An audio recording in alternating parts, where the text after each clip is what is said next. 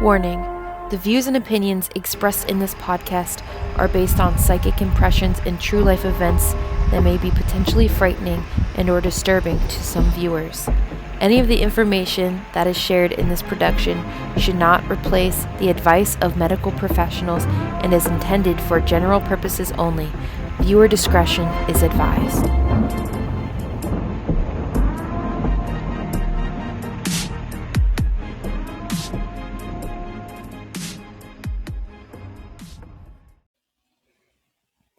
Hey, Chasity.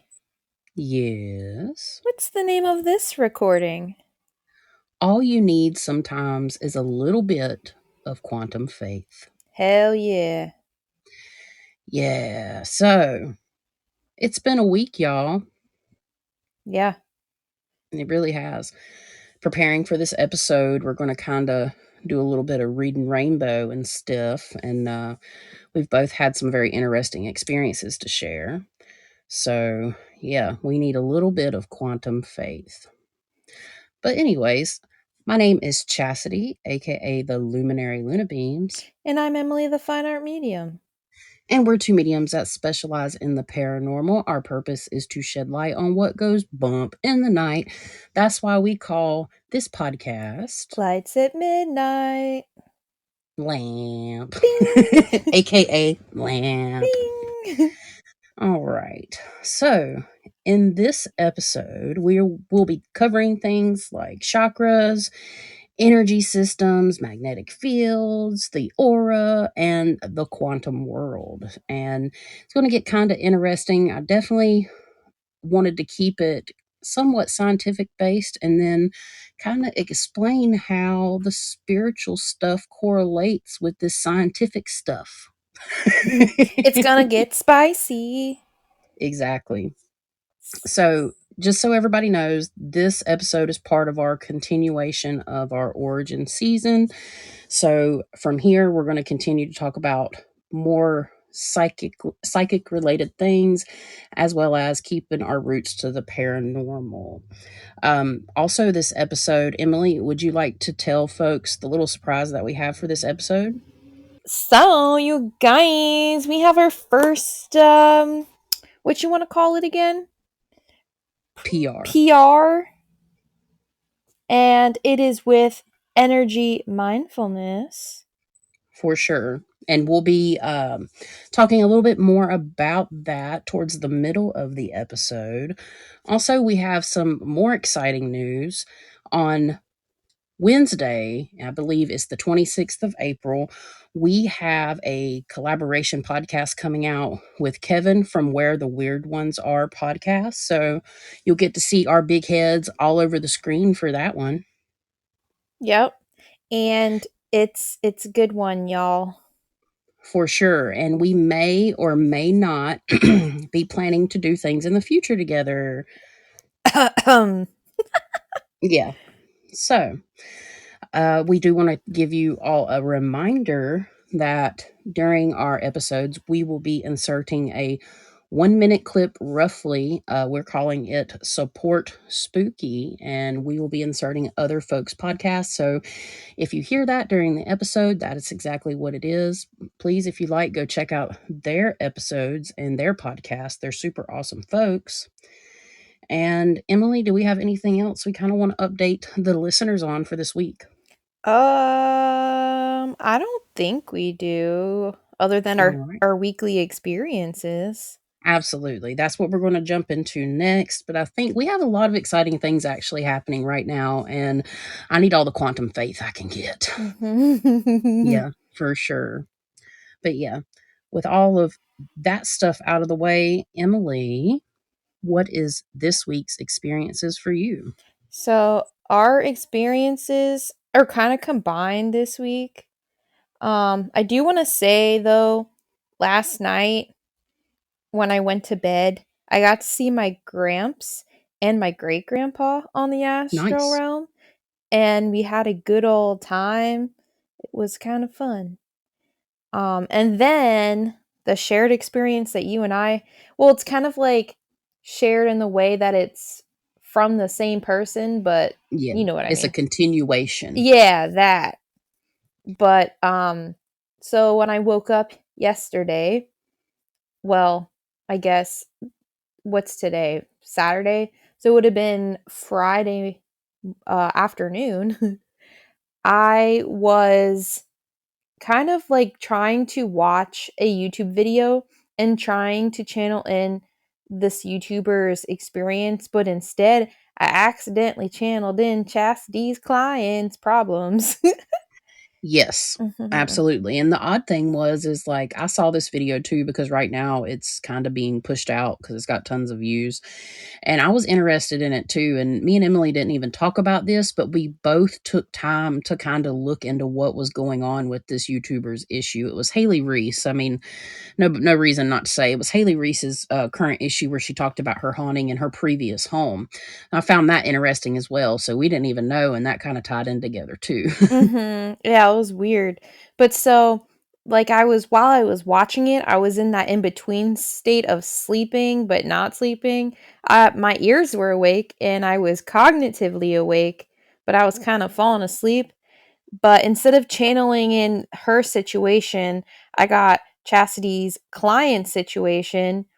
And it was weird because I saw fully what was haunting this woman. And the best way to describe the one, it looked like what you would perceive as a hellhound with yellow eyes, or it was like very wolf like and black, but had a little bit of scaly here and there. And I just remember hearing the snarls were so loud, and I could see like the goo coming out of its mouth. It was gross.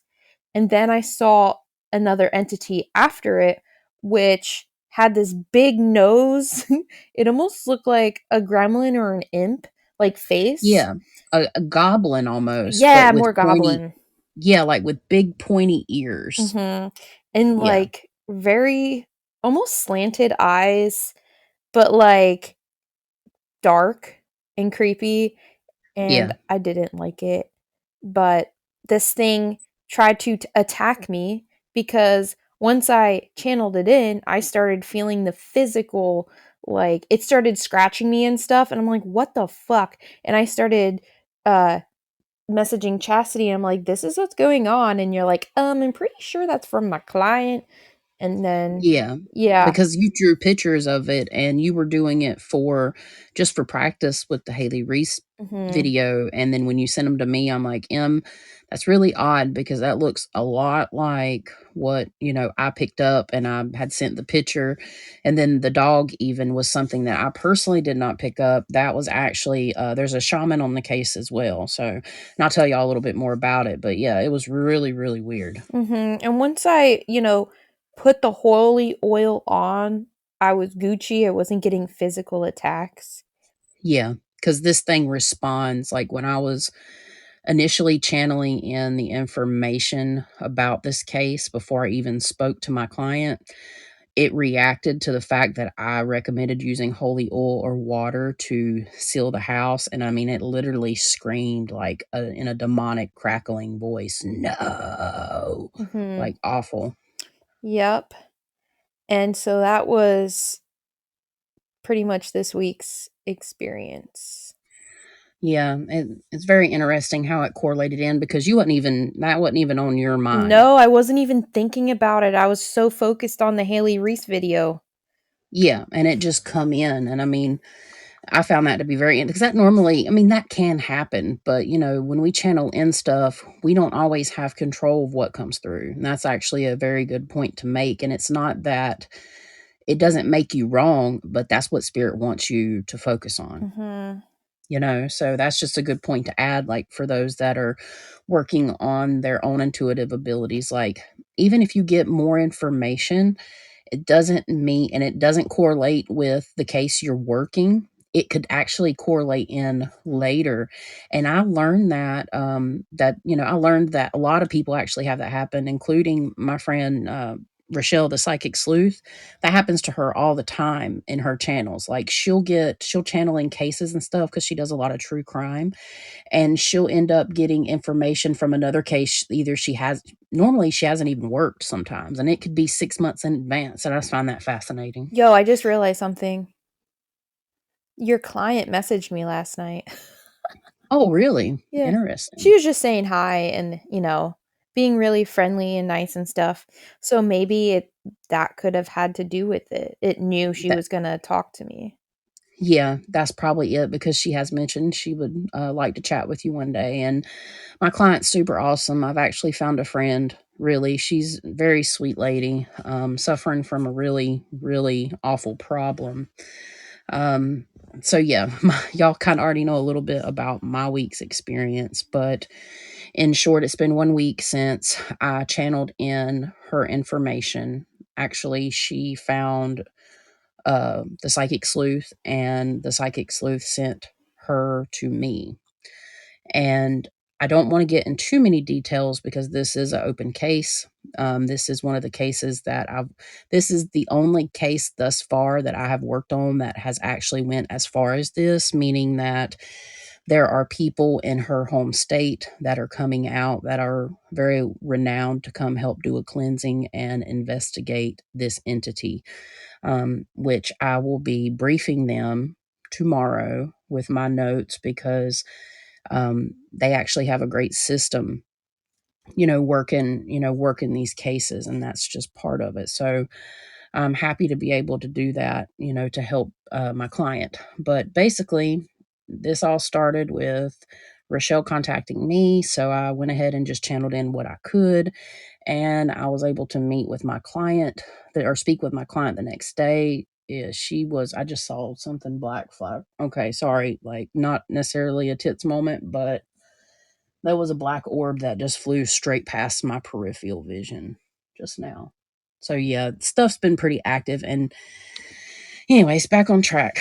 Um, she was very upset. Like, she was having tons of problems. And I had channeled in quite a bit of information. My goal is to find the origin and the root of the problem. I want to try to find the point of entry, and I want to try to find where it's hiding, depending on what it is. It could be in the house, it could be like metaphysically in the client. I know that sounds weird, but these entities, especially depending on what type, can hide out in strongholds that we create due to trauma. That seemed to be part of the case, but it's not the whole picture. The stuff gets really deep. Before I even spoke with her, I had several things happen, including seeing lights. I saw almost like an angel light, but it wasn't. It was some type of weird orb. I saw this weird blue light anomaly. I was touched in my side, and I was having visions and all kinds of stuff, which I completely documented. One of the interesting things is one of the visions I had was of this White House on the hill, or we're kind of up on a hill, and there was these black vines starting to cover it. So that suggests to me some type of elemental thing. And I didn't even tell my client this. And she literally, I almost hit the floor. She's like, I've also been seeing this vision of this White House on the hill, and it had black vines growing up around it. I'm like, you're kidding me, right? She's like, no, no. And I'm like, look, I didn't mention this because it was in my notes and I was in the process of going through what I had, channeled in, which I will say that I'm not trying to like toot my own horn, but it was spot on. Like, I impressed myself. She was impressed, and it gave her validation that what was going on with her was real because she's in the situation where, she doesn't have a lot of support. People don't believe her type stuff, from the outside looking in. That really helped. But yeah, she was seeing the same thing. And I worked with her and asked her to work on her visualization and how like she could cut those vines away from that house. And the totally weird thing, but it was awesome in a way and traumatic in a way, that happened was is she was able to recognize that house from her past where she had suffered traumas. in the past, and realized that that was where the entity was pulling its energy from, because it pulls its energy and feeds off of things that we don't forgive, sadness, points of trauma, points of, just extreme pain. And that's exactly what was happening. And that's just a small piece of it. Um, I was able to actually see the entity. One thing about this entity is everybody sees something different. Rochelle saw the teeth and the black smoke. I saw the black smoke and the teeth, and then like the form. I hope it's the original form of the entity. If not, at this point, it don't matter. I don't care what its name is. I don't care what it is. It needs to go. Um, but yeah, I saw the form we were talking about, the goblin. It's like 4.5 foot tall, 4 to 4.5 foot tall. It has this black, like almost rubber skin, and the features that Emily described earlier. The shaman that's working the case, she saw a white dog, and it just so happened to be the second night I talked to her. The shaman saw it in the same location that me and her were picking up energy in.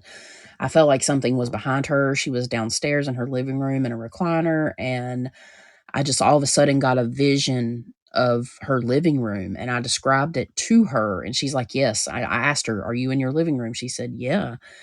And I said, is this what's around you? She's like, oh my God, yes. She's like, you feel it too, huh? And I'm like, yeah. So when spirit gives me these types of visions, it's for a reason, and you definitely want to respond to the visions. So definitely the fact that we've had two intuitive people pick up on the same thing, actually three, because Rochelle just saw the teeth and the dark stuff. And we really have to, listen to spirit. And when you have these visions, like I said, it's not for no reason. So definitely document them however you see fit. But yeah, trying to see if there's anything else I'd like to share with this experience. I know Monday, the 24th, she has this paranormal team coming in and helping her with the cleansing, because I definitely recommended to finding holy water among several other things to do the cleansing. So, and that will be the day that our episode drops. Not this episode, but our previous episode was Kristen as well, which was awesome. Again, thank you, Kristen, for coming on the show. We really enjoyed having you. Two awesome episodes. But yeah, as far as my experiences, I might save some for our next episode. I think we've shared quite a bit and just a lot going on. So by the time you hear this episode, her house will be cleansed, and we can hope that this thing will be completely out the door. It's definitely collective energy where she is very intuitive herself, which is common most of the time, not all the time, but most of the time, if you're having direct energetic experiences or attacks or hauntings, you generally will have some type of intuitiveness. So yeah, I'll just leave it there for the week. That was my crazy experiences. Yeah, that is bananas. Yeah. And I'll tell you guys a little. She's gave me permission to speak about it. I'll give y'all guys an update at very least, and maybe a little more details next time. Alrighty. Well, I think we're going to go ahead and move on to the meat of the episode. That's what she said. Sorry, couldn't help myself. Our whole goal of this week's episode is to plant a seed and start a discussion to help those that are listening understand the correlation between scientifically backed theories versus spiritual experiences and practices when it comes to energy systems, magnetic fields, and our quantum existence. We also plan to go into the chakra energy systems and what each one represents in the second part of the episode, but I'm also going to include some other energy systems of the body. Yes. So I'm really excited to dive into this subject. And I honestly feel once, this really helped me, because like once you understand and like grasp these subjects from a spiritual perspective, it may be easier to understand how energies and entities, positive or negative, interact with us in our 3D existence, really and beyond. So we will be having a spirituality discussion with a side of paranormal, and science. Sound fun? Yes, it Hey, does. hey, hey. It's basically a la carte. Basically, this episode is a theory as to how all of the spiritual stuff could be happening. By understanding the potential how, we can in turn use the knowledge and dealing with like forces that we can't understand. I really found it helpful for me to look at it from a quantum scientific perspective to kind of understand how I have these visions or these remotely viewed scenarios where I'm almost looking through my client's eyes. And I know it's not all just me. We say this all the time. We definitely have a divine spiritual team that helps with that. But the question really is that we all have is like, how do you do that? I want to know too. It Hmm. just happens, right? So, um, at the very least, I think it will open up, you know, ideas and plant some seeds and just see how someone with mediumship abilities can do things, honestly. And I feel this conversation could be vital to intuitive development for those that are interested. And I strongly feel as time goes on, science will begin to adopt and accept the spiritual side of life in ways, in ways and more we learn about quantum physics and how all that works, because we've really made leaps and bounds in the area of quantum understanding and mechanics, but we still don't have all the answers. So I really feel there's going to be some major breakthroughs coming through. Hmm. And I think too, with my section of things, it might explain the physical part of how we can connect to certain things. Exactly. Hmm. Exactly. Via So chakras and stuff. yeah, so really the whole episode correlates with each other. It's going to flow, perfectly. So we're going to start with me basically explaining some information about magnetic fields and stuff. But yeah, and then Emily's going to end it with chakras and auras. So if you're into that, definitely stay tuned. Yeah.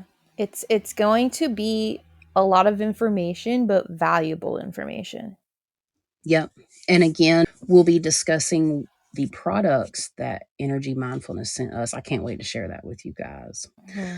All right. So it's time for the meat of the episode. Meaty. So, understanding the way energy, magnetic fields work in and outside of the body really is a foundational subject, especially if you're someone interested in growing your spirituality. And even if you don't have an interest in spirituality or mediumship, it's still very important to try to understand how energy and magnetic fields themselves can affect the human body and our environment, because it does in many different ways. The reason I'd like to discuss these topics, and especially quantum physics in general, is because it can be looked at as a reference point of understanding how to help explain some spiritual aspects of life. For example, we can look at this information and really compare it to how our chakra systems within our inner body works and interacts with other magnetic energy fields. Quantum theories could also help us better understand how the paranormal world works, as well as other unexplained experiences could be possibly happening really at a nanoparticle level. It can even be used to help describe how we use our intuitive abilities and much more. If you all remember, we touched a little bit on this subject kind of in our episode Frequency, Duality, and Dimensions. If you haven't checked that one out, you really should. We went down a rabbit hole and we may very well do the same thing again today. So buckle up, buttercups. It might be a wild ride. By the end of the episode, I really hope that we all have gained some basic knowledge, because I'm excited to hear what Emily has to say too, because I know about chakras and stuff, but I'm really excited to learn maybe a little more in depth information and how they operate with our everyday lives and through space time itself, really. I intend to be brief as possible so nobody's head explodes. So hopefully we'll be able to all get through this and you find it fascinating like I do myself. I'm going to go ahead and introduce to you all some basic information about magnetic fields and then take a look at the subject from a spiritual perspective. So let's see how we can apply known facts to spiritual practices and experiences. So, briefly, the magnetic field, what is it, right? So, it in scientific terms, it's a region around a magnetic mineral or moving electrical charge within the force of magnetism acts. Okay? Okay. There are different types of magnetic fields, but one thing is true about all things. Everything has its own magnetic field, whether it's living and breathing or not, because it's composed of, molecules and atoms. This leads us to the known fact that, for example, likes attract like, especially when you're talking about, we're taking it back to high school physics class, because they really magnetic fields interact with each other and depending on what it's made up with and how the energy that's related to it is manipulated. And in a spiritual sense, if you're putting out negative energy, you will most certainly attract something negative back. So we see this a lot with our clients and stuff. Like if they're in a negative mind frame and you'll tend to have more negative spiritual issues, right? Yeah. Yeah. And that's really the point here is like attracts like. So if you are trying to raise your vibration, you do that literally by just being a happier person. Mm-hmm. Just trying to be happy, just trying to do positive things. And there's several ways that you can do that. And it starts really, for example, by releasing grudges. So if you're actually harboring a grudge against somebody, then that energy of harboring the grudge actually happens at a, atomic level. And it really resonates throughout your own energy systems and fields and stuff. And in turn, you're going to attract negative things, sometimes even unknowingly. It can just come out of nowhere. But one thing is true, and I'm sure, Emily, you can agree, is that when you're down, shit will come after you. Yeah, but I also feel like when you're trying to do manifestation work, that's why they always say, like, do words of affirmation, like all the positive stuff, so you can attract your abundance. Exactly. And ultimately attract whatever it is you're going after. I do that a lot with protection. So, and it starts with words, it starts with thoughts, and it goes back to the point of, your thoughts are energy and it exists within your own magnetic field. So your words and your thoughts, I mean, they continually go out in space, but at the same time, all of that exists within your space. And they've actually measured our magnetic field of the body, and it went as far as the instrument could perceive. I don't know the exact name of this research project, but something I read somewhere, and it literally, the machine measured out about 8 feet, and it could detect a magnetic field of a human for at least 8 feet. So it is said that it could potentially go out very far, Hmm. or some people say even infinite, which we're going to get a little I more was gonna into say, that. I was gonna add into that too in my part with the auras and stuff because it does have a direct relationship with magnetic fields.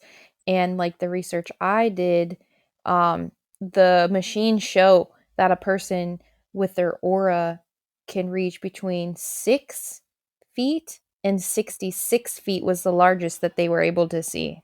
That's awesome. So, yeah, I haven't seen that one. So, yeah, it definitely I mean, that tells you right there. It's like when somebody walks into a room, and you notice someone, by their expression on their face is one telltale sign.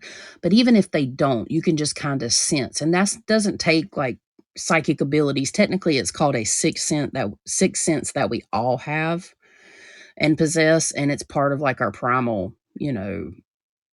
stuff, basically.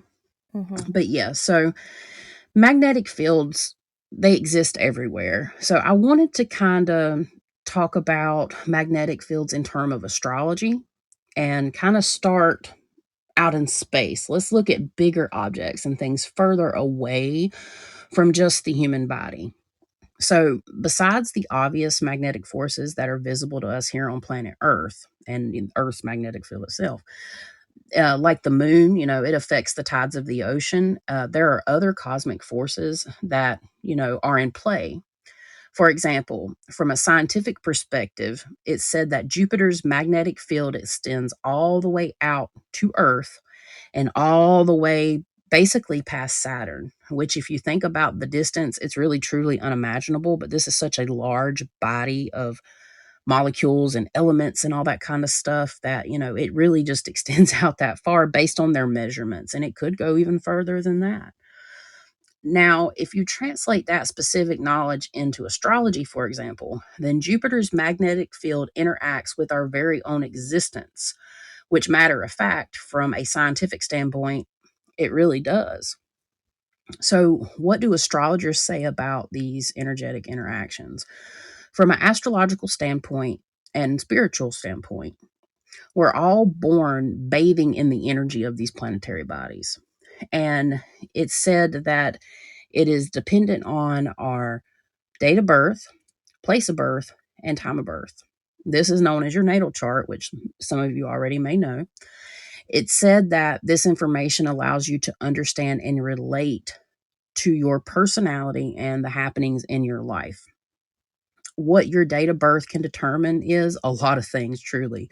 But ultimately, you still have the choice of free will. So it we all know like our sun sign, like I'm a Gemini, and I do have Gemini qualities, but we tend to forget that we have other signs like, our moon sign and our rising sign, and then all the other astrological elements that are involved. So all of us really have all the planetary signs within our birth chart. So keep that in mind. We're not just defined by our sun sign. It does tell us at root who we are. But for example, your moon sign can tell you a lot about your subconscious and your inner feelings and thoughts. Inner feelings and thoughts. So back to free will. Even though, and this is the question that a lot of people sometimes have about these energetic influences, which we now know are magnetic fields, for example, we still have the choice of free will because even though it is destined for things to happen, right, we have the choice on which direction to take.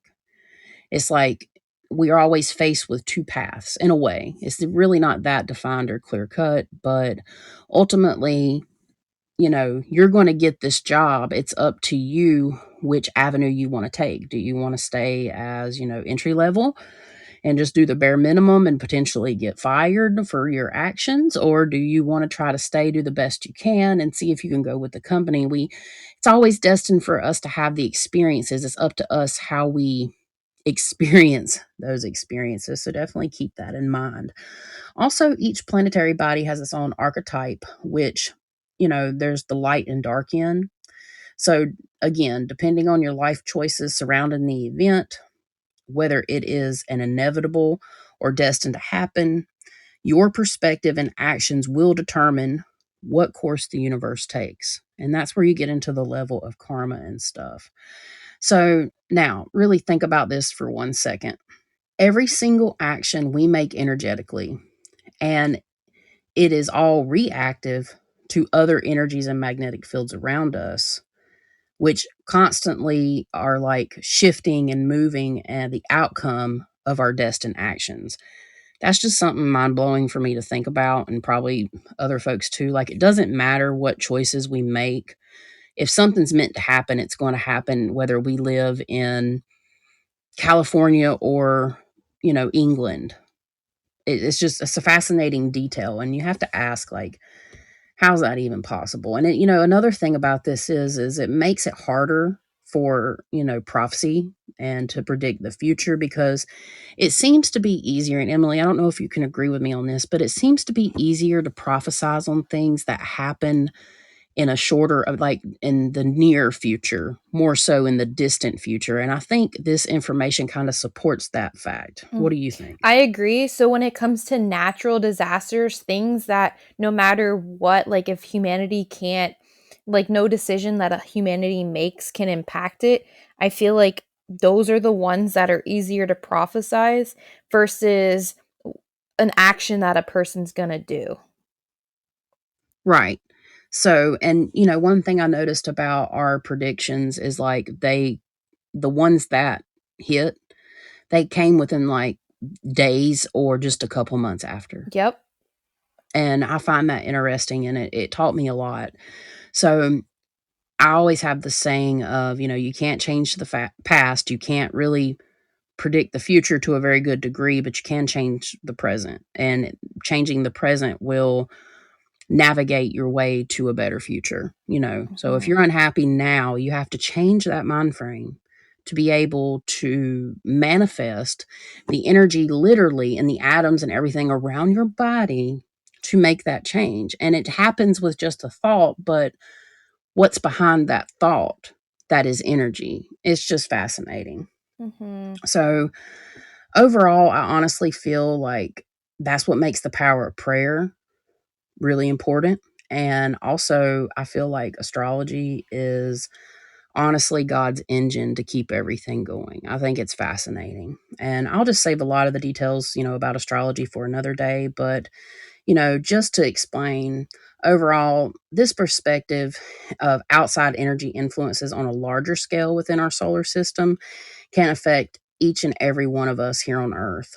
It's a good point just to know that there are other places, of course, beyond our neck of the cosmos that affect our own solar system, like the rest of the universe, you know. But I mean, just to keep it within our spectrum of the solar system, that's pretty much, you know, where I want to stop. I have no way of knowing. I would love to see somebody's perspective on outside, I guess you would say like Orion's belt and places like that and how that energy could affect. I'd love to see if there's anybody that channeled in that type of information, to be honest. I've been trying. I've been trying to channel in other solar systems and other beings. And while I have, the problem is I never find out where that location is. So Right. I I mean, can't be like, "Oh, I just channeled in a being from Orion's belt." Like I'll connect with a being, but I don't know where they're from and it gets frustrating. right, right. I don't even really, I mean, that's cool. That's honestly, it's really cool. Personally, I haven't ventured out into that yet. I don't know. I just haven't had the inspiration to. But I think it's really neat. Like, I Mhm. really do. I think that's really cool. Yeah. So, moving on to magnetic theory. So, we're sticking to the magnetic part right now. Magnetic theory, scientific versus spiritual. So, this kind of will get into more about what I was talking about, how our actions and everything react with our inner world, I guess you could say. So, to define that, magnetism is a force exerted by magnets. This is scientifically when they attract or repel each other. Magnetism is caused by the motion of electric charges. Every substance is made up of tiny units called atoms, like we were saying. Each atom has electrons, particles that carry electrical charges. So, with that scientific definition in Can I mind, say something the really quick? yeah, sure. So, okay. So you know how the electrons will circle the nucleus of an atom, right? Yes, Right? If you think about it, what is space? I feel like space is a giant version of that. I concur. I mean, it really is because you know they say that, and I mean, I believe this. We're stardust. We're made up of Mhm. the elements. Of course, there's other elements and stuff like to be found, and that we haven't. But we're made up of the same elements our bodies are. That's found in space. Mhm. I mean, we literally are space dust. So like to big planets like Jupiter and Saturn, we could be looked at as something similar as the quantum realm because we're tiny little particles within a big massive area of space. Right. Right, and when you speak of quantum, you go from the atom to, like, the a Rubik's cube of the atom, Mhm. which could be a universe inside of itself, so who's to say theoretically in every one of our atoms of our being, there's not something else, like another realm? Or another form of space.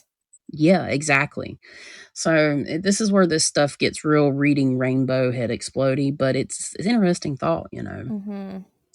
So back to the magnetic theory. The theory of magnetism is a very important part of physics, and it is used in many different technologies, honestly, and it's used for scientific research, such as studying the structures of atoms and molecules, like we were just saying. Once you get into the study of atoms and molecules, then you can start to think of quantum physics. Once you get into quantum physics, a whole new world of possibilities open up, like we were just saying, because I mean, it's literally like a space within a space within a this space can be attached to this space, no matter how far the distance. And we're going to get into that. But magnetic theory from a spiritual perspective. So, based on the facts that air, like Emily was just referring to, or space is not empty, it is really made up of elements that we rely on for life. Air is not just an empty space, it's really actually composed of many substances, of course, that carry a tremendous field of magnetic energy because each substance, everything has its own, energy. And it kind of holds us together too, thankfully for that we have gravity and magnetism that keeps our bodies from like floating away, but Yeah. that would get real weird. The energy comes to us through the air and is affected by the magnetic powers of the sun and other planets, as we, discussed. And every form of nature also has a magnetic field, again, living or not. The cosmic energy enters our body through a mysterious energy tube and in the magnetic field via the crown chakra. So the theory of this person that I was researching with, they say it comes in through your crown chakra. Now I might disagree with that because I left this in here because I wanted to talk about that, throughout this episode. But this is their theory. It comes in through the crown chakra and flows through our bodies to be excreted back through the lower centers. And we'll definitely dive into that a little bit later into Emily's part as well. Our bodies have their own magnetic fields down to each individual cell, which is said to be dependent on our thoughts and emotions. So it is believed that if you take proper care of your magnetic field by being mentally, emotionally, and physically healthy, it can protect you from infections, illness, and other difficulties, including things like, in my opinion, spiritual attack. Therefore, it's really important to pay attention and to maintain the integrity of your magnetic field for your survival and well-being. So it's very important to understand, how your emotions can affect your health. I mean, truly, it we see that all the time with our clients, right? Especially because certain traumas and mental illnesses can manifest into physical ailments and Absolutely. even spiritual ailments. Absolutely. So for all the naysayers, okay, this could explain how, for example, crystals help us in metaphysical ways. For sure. Absolutely. So, what have we learned about magnetic fields? A lot. They're the shiz. They're keeping us together Yep, they keep our bodies together and keep us in motion with our energy and our magnetic fields, guys. and keep us from floating up into space. Yeah, I feel like Bill Nye the Science Guy. Bill, Bill, Bill. Bill Nye, the science guy.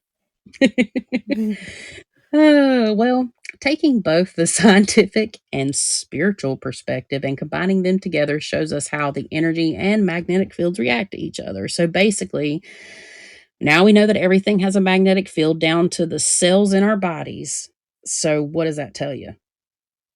We are magnetic beings. Yes, we are magnetic beings. Dun dun dun. And speaking of intentions, when you think about like anybody like Emily right now, act like there's audience. Well, there is, but you're just not here yet. So y'all think about this too. Think about the rice experiment. Do you remember that? Are we talking Heard of about that? when you drop your phone in the toilet and then you have to dry your phone and we put it in rice? Yeah, that's it. No, no, Emily, no. So the rice experiment was when, like, they took two bowls of rice and they set them side by side and they gave all of them, like, one of them all love intentions and stuff. And then the other one was like filled with hate and was like, it literally verbally said nasty things to it. Have you seen that or heard about that? No, but I know that about water experiment. Right. So yeah, that too. But yeah, so it ended up like the one that was gave love affirmations, it was fine. But the one that was gave the hate turned like brown and weird looking and had spots in it and stuff, which I found fascinating. So That's it not kind nice. Who would be mean? I know it's an experience or experiment, but who would be mean to rice? Rice is nice. that rhymed. I know, that's why I said it. Bill, Bill, Boo! Bill, Bill. Oh my god, but yeah, even water and that, that's another example. It's like even water or sand, Plants. you yeah, and it does it with sound too. So when you're saying these positive affirmations for yourself, then ultimately your energy field is going to respond well. It's just like giving somebody a compliment. You can see somebody having a horrible day, and it's not just the words that you say. Sometimes there's some people that react like, "Oh, that's I just didn't help. I still feel like poo," but they don't realize that it can help them on a molecular level, on an Mhm. atomic level. So, with that being said, I feel like this is one way that I've been able to energetically help my clients Mhm. through my intentions, through written word, through thoughts, like just recently with the client that I have, like I've done some energy work and visualization for her, and it has helped stop some of the attacks without her even knowing. I just literally ask her, don't tell her anything that I did. I just say, "How you feeling now?" She's like, "It's gone." And then I tell her what I did.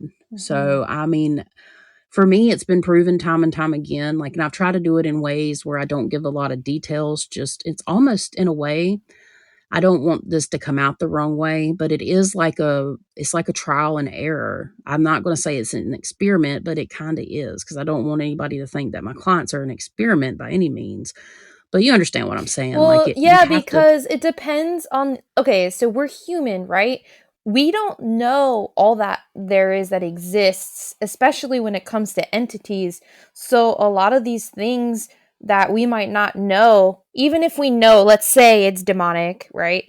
We know to a certain point how they are, but we don't know everything there is to know about demons because we're not demons. So some things work, some things don't. If it don't work, you got to fine tune it until it works because like I said, we don't know everything there is about the paranormal. We are learning as everybody else is. So when it comes to this stuff, like yeah, it's not really much of an experiment, but it's like trial and error. And what we find, we have to document too, because it's like what works for some people might not work for others, but it's good knowledge to understand and know. Exactly. And I mean, that's perfectly explained because, we literally there's things that you can learn from other people that have been passed down from other people with things they've learned. It's just like, there's books and stuff for this out here, but a lot of my spiritual practices and stuff is picking up from places, channeling in information and trial and error. And it helps me create a way to navigate these situations. And it's actually a very beautiful thing. Yeah, I definitely like every case I get or have, I've learned something new from, and it's so valuable that you can't find all this shit in a book. Absolutely not. And I mean, it goes to show you that, different people have different ways, and there's more than one way. They say to skin a cat. Well, let's say skin a kiwi. Okay. So there's more than one way. Everybody has their preferred way to skin a kiwi. Okay. Mhm. But yeah, so that's pretty much all I have for magnetic fields and magnetism. But of course, it's going to correlate in, through the whole episode. Hey, Lant fam! Have you been thinking of starting your own podcast venture? If so, consider using Podbean as your one stop shop for everything podcasting. You can create, record, host, distribute, monetize, and merge your podcast all from the Podbean mobile app or your desktop setup.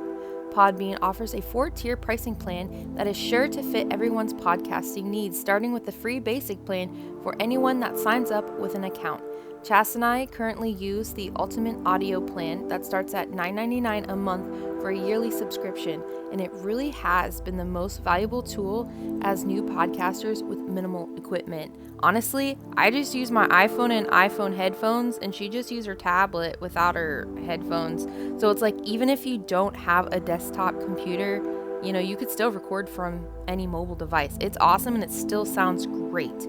Use our link in the show's description box below or visit www.podbean.com/lamp. That's LAMP to start your podcasting journey. By using this link, you will receive 1 month of Podbean's Ultimate plan for free. You won't regret it. As always, thank you for your support, and now back to the show. But I am going to move on to the quantum world. Woo! Dun dun dun. Ant-Man. Yeah, I'm really into this quantum stuff, Like, I'm not obviously a doctor, I'm not a scientist, but I still definitely nerd out, right? So I wanted to touch on quantum mechanics because I feel like quantum mechanics will be the gateway for science to understand the spiritual world better. Like, I honestly do. And we live in a quantum world. Scientists agree. So it's fascinating that they're starting to get on board with some of this stuff because it does correlate. And they still know very little about the quantum world, quantum physics, but I believe that the principles have been understood throughout the ages in a sense. Like, look at astrology, for example, and look at, ancient energy healers and those that hyper focus on meditation as a part of their religion. They're the ones that's passed down some of this information, and some of this information includes principles that are being, theorized by scientists today. Like, they knew it without all the bells and whistles, and we can theorize on, a bit, but first I kind of want to give you all a brief overview of what scientists have to say about the quantum universe, because I know a lot of us may know a little bit about it, but for those that may not know as much, just a little brief overview. So, the quantum universe is a universe that is governed by the laws of quantum mechanics. And quantum mechanics is a branch of physics that deals with the behavior of matter and energy at an atomic and subatomic level.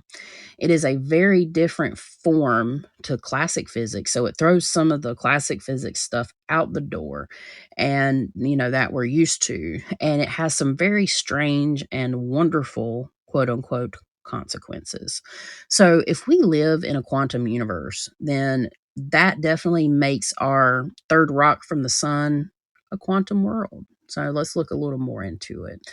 So, the quantum world is a world of very small atoms, subatomic particles, and it's definitely different from how we perceive the world because, like me and Emily were saying, you're talking about worlds that exist within our cells, potentially. It's kind of crazy. In a way, we're saying spiritually in a way, we can just theorize. But pretty much the particles, they can be in two places at once. They said that they can tunnel through barriers, more so than radiation, different types of, you know, beta, what is it, gamma rays and stuff, how they go through walls or go through certain substances that, it can pass through anything. It's kind of the same principle.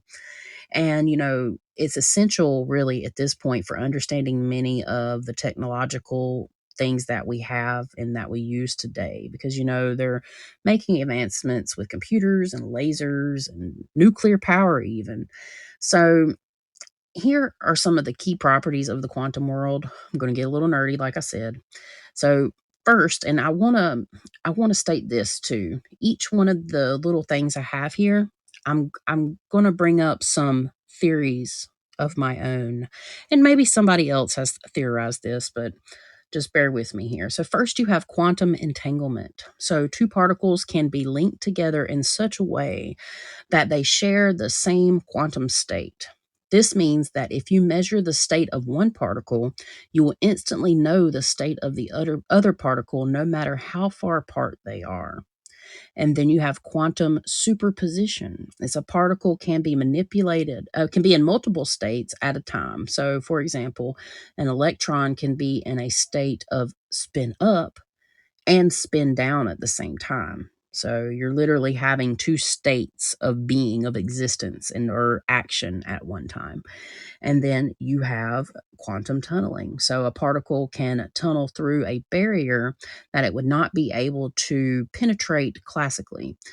This is because at a quantum level, particles can behave like waves and they can pass through barriers by, interfering with themselves. And ultimately, the quantum world is really, really strange. Honestly, it takes us places that we don't even know we're going to go yet. I think there's going to be great advancements, and it's going to help us understand everything in a much different way. And in its extent, it's essential to understand that. By understanding more about quantum physics, we're going to understand more about the universe in general, which I honestly think will, like I said, bridge the gap between science and spirituality. So now that I've went through the different types of quantumness, I'd like to go back and just theorize and take a look, for example, for quantum entanglement. So, based on the definition, it makes me think of a few things. For example, equivalent vibration, because it's if you measure the state of one particle, you instantly know the state of another. Well, that's like equivalent vibration. So what about if you're on the same vibratory or frequency as somebody, like you're vibing together, like you find your tribe? Or, how do we know things that's happened on the other side of the world? Like predictions or just feelings and whatnot. So for example, let's say one of your family members passed and you just knew, Mm-hmm. you know, could that be an example of quantum entanglement? What do you think, Em? Yeah, because it's like, okay, so I was one of those kids that was a goody two shoes, right? For 99.9% of my childhood, right? However, somehow my dad would know when I would do something that wasn't so goody two shoes, and I didn't even have to be in the friggin' house. He'd be Right, like, "What right. did you do?" I'll be like, "What do you mean? I just got home." Like, try to play dumb. Or like it's like when you're like a mother, for example, let's say her son is across the world and he goes missing. Well, somehow sometimes mothers just know things about their children, just Right, like how my dad knew stuff about me. right. Yeah, so it makes And sense. yeah, and if you look at that from an atom perspective, think about the DNA. The same DNA, theoretically, we all have similar DNA. It's just different things that make us look different and all this. But on a DNA level, we're so closely matched at a vibratory scale, just in a natural form to our parents, that it makes sense that we're going to sense things, especially twins. Mhm. Oh my god, twins, yes. Yeah. But yeah, twins, I've not seen my brother and sister exhibit that on a huge level, but I have known them to do it. Identical twins, it's even more Mhm. possible. Yeah. Okay, so I had teammates that were fraternal twins, but when the one was upset, the other knew. And it was always interesting to watch how they reacted to things that happened to the other. And I loved that they had a close relationship and they still do. But I feel like the whole twin thing is a really good example. Yeah, for sure. For sure. All right, moving on to examples for quantum superposition. So, again, it's things existing in multiple states at the same time. So, this makes me think of how we astral travel Mhm.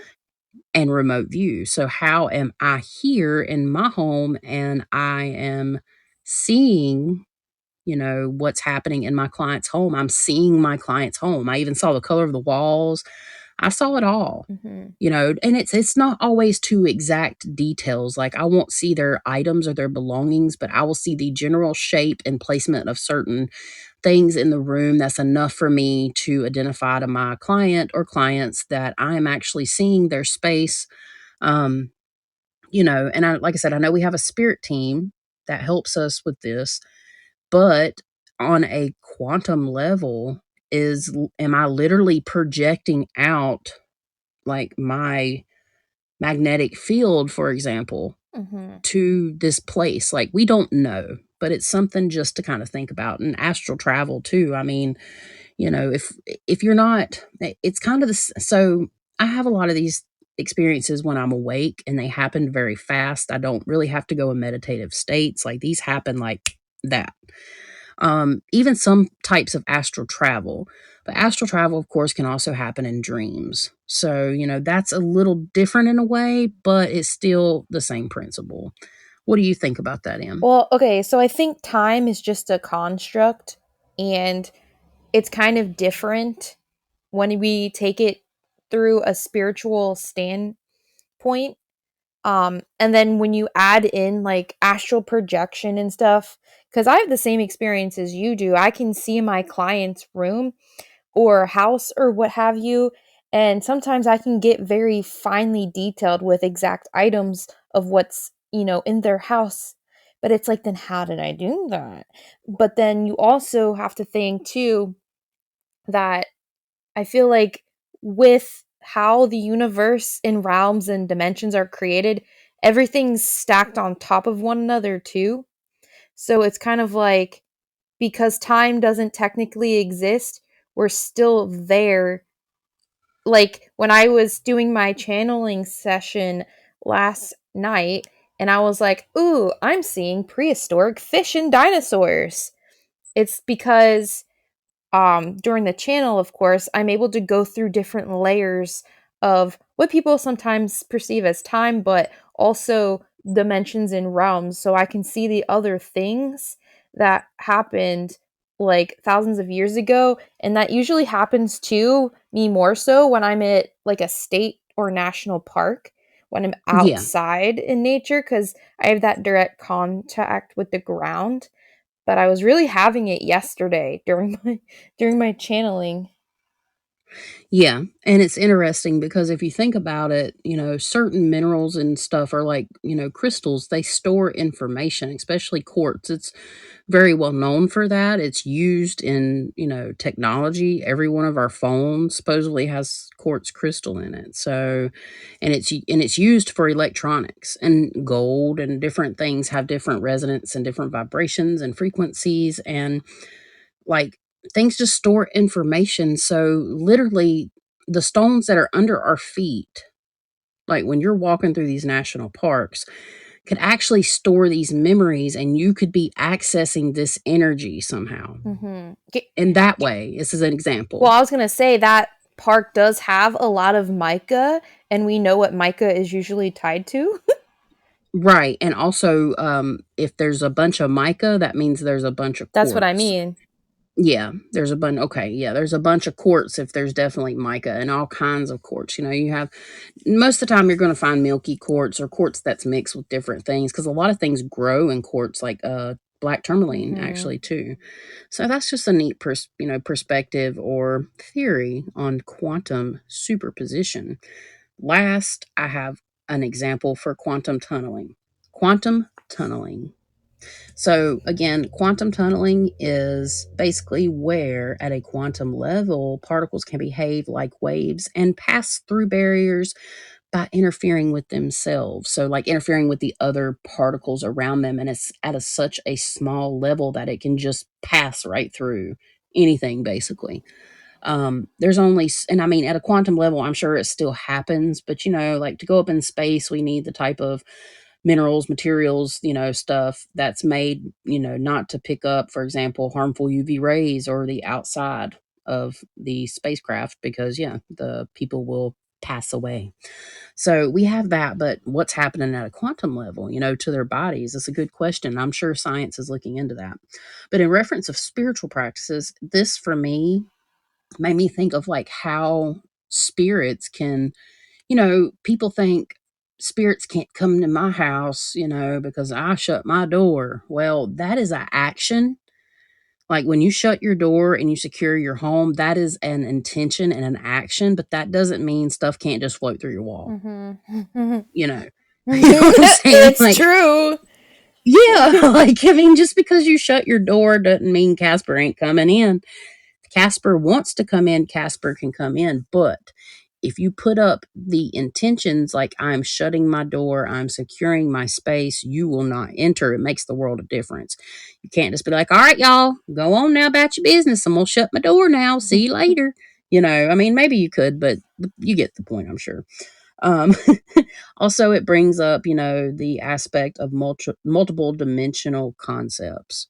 So, like, again, we kind of touched on this, but at a subatomic or atomic level, there could be dimensions that lie within that as well. And I mean, going back to what Emily was just saying about, seeing the layers and stuff, it's almost like you're peering back in time in a quantum way. Do you have anything you'd like to add I to got a that? few things to add.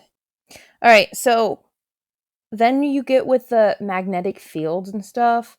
And I just wanted to point out that when you have spirits in your house and they interact with your electronics, you're they're pretty much what's happening is their magnetic field or the energy from those beings or whatever's in your house doesn't work well with uh mechanical energy because they're two different kinds of energy, and that's why you'll have your lights blink and stuff. So it's always reacting with other things, with other energies of other things and fields of other things. But then, Right. I'm glad you said that because we're going to be talking very briefly about that next because you're going to be covering a lot of it. But it's so interesting that you bring that up, actually. I was trying to remember what the thing was called. I lost my track, but now I'm good. But so I also wanted to bring up the whole thing with the tunneling, and it's like my spirit guides actually had to teach me, especially because I don't know how or why this happens. And, Chas and I were trying to figure out the whole thing with portals and how I create them accidentally and how spirits, especially negative ones, can follow you back. And I feel like that Yep. has to do with quantum tunneling. And when we astral project and or astral travel, we are pretty much creating these astral tunnels, or we can call them Yep. quantum tunnels, where we go from point A to point B. And it's like, well, how did we get there? Through these energetic tunnels. And that's why things are able to follow us back. And while we do have a cord that helps us get back to our bodies, I also feel like when somebody astral projects or astral travels, it leaves an energetic imprint. Yeah. A signature, basically. Uh-huh. And I feel Yep. like that in of itself creates the quantum tunnel. Yep, I agree with you because if you didn't say that, I was going to because I 100% agree. It's like they don't recognize us necessarily by our looks, they recognize us by our energy. It's just Mm-hmm. like when you're an intuitively strong person, you're a lighthouse. That's what we call it, the lighthouse in the dark. You're the big beacon and it's your energy signature. Also, again, going back to your vibration, if your vibration is high, you will attract like vibrations or even that's for the most part true. But just remember, there's always something there waiting because, like, you might not be affected Mm-hmm. by negative energy when you're higher vibration. You can be if somebody comes in and starts messing with you. You know what I'm saying? Mm-hmm. Let's say in just normal stuff, like you're in a great mood and somebody just comes in and pisses you off or something, and that's going to lower your vibration, and then you're more apt to be attacked. Mm-hmm. Now, going back to what you just said, the perfect example is I saw the entity associated with my client that I'm working with now.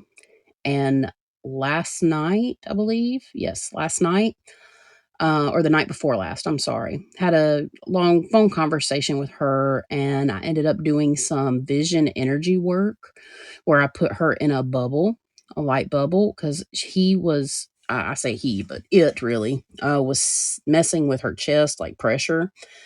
And I literally, because I had already been there energetically, I could instantly kind of get back to that place in my vision, in my mind. And I, this sounds crazy, but follow me here. It's quantum, okay? Any, anything's possible. But I was easily able to get back to that place, push her in the bubble, push it away from her, and like Hulk slam it into the floor, through the floor. She didn't have any problems, but then today is when it come back. So it's able to get back after so long, but the example is I was able to get back there quicker. And in turn, last night, or the night for the last 2 nights, until I did that and until I energetically like really went there and saw it and kind of because the first time I didn't really try to attack it or try to get it off of her as much. I more or less observed it until I started to handle it basically. Now it tried to like I heard stuff moving in my room then one night, and I associated it with that because nothing's been happening until I got this case. Like, that's how this is working for me now. Most of the time, I don't have any paranormal experiences unless I'm helping somebody. I occasionally do, though, but just as an example. And pretty much, it started trying to like put me in a place of submission and doubt last night in my sleep. In my sleep. This was like in the between sleep and awake stuff, but I was more on the sleep end and I was having a conversation with it, with what I would say is something. This happens sometimes to me. I'll have conversations while I'm asleep and I'll wake up to these conversations. Like they wake me up. I know that sounds crazy, but this really does happen to me. And it was saying things like, oh, the information you got about her, anybody could get that. You're just a good guesser. And like, Sounds like seriously, it's somebody we know. I took the words out of my mouth. Yeah, it Oh, did. It really did. Yeah, it really, really did. So, I mean, just different things. And I'm like, in my whatever state I was in, I don't want to call it sleep or awake, but even more so on the sleep side, yeah, it was just kind of like making me try to doubt myself. And I had just developed or like made a collective note for the paranormal investigation team that's going in on Monday to send out to them and had everything there. Just got to write my conclusion. Basically, that's what all I have left, and I'm sending it off. And it's like it doesn't want me. It wants me to change it.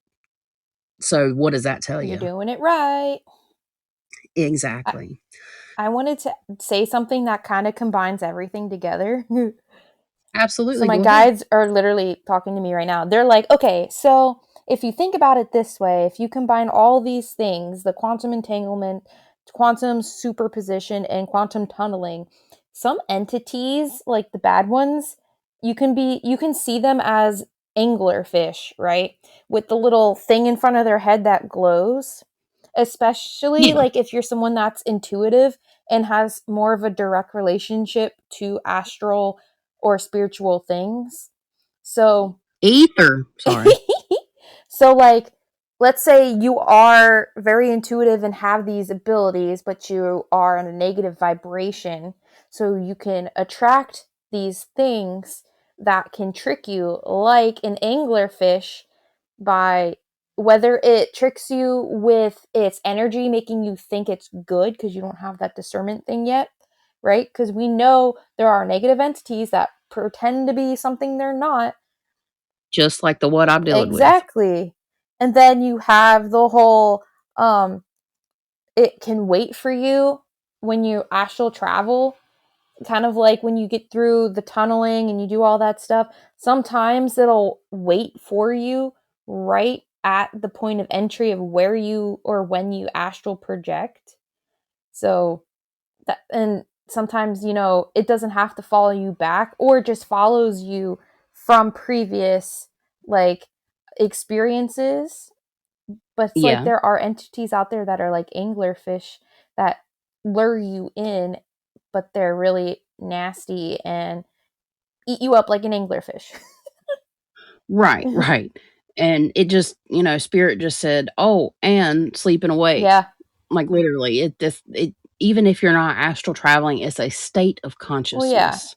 Ultimately, I mean, it's just a good point to bring up, like, it could be astral travel or anything else, but, like, spirit literally was like, it's a state of mind. It really is. It's a literal physiological energetic change.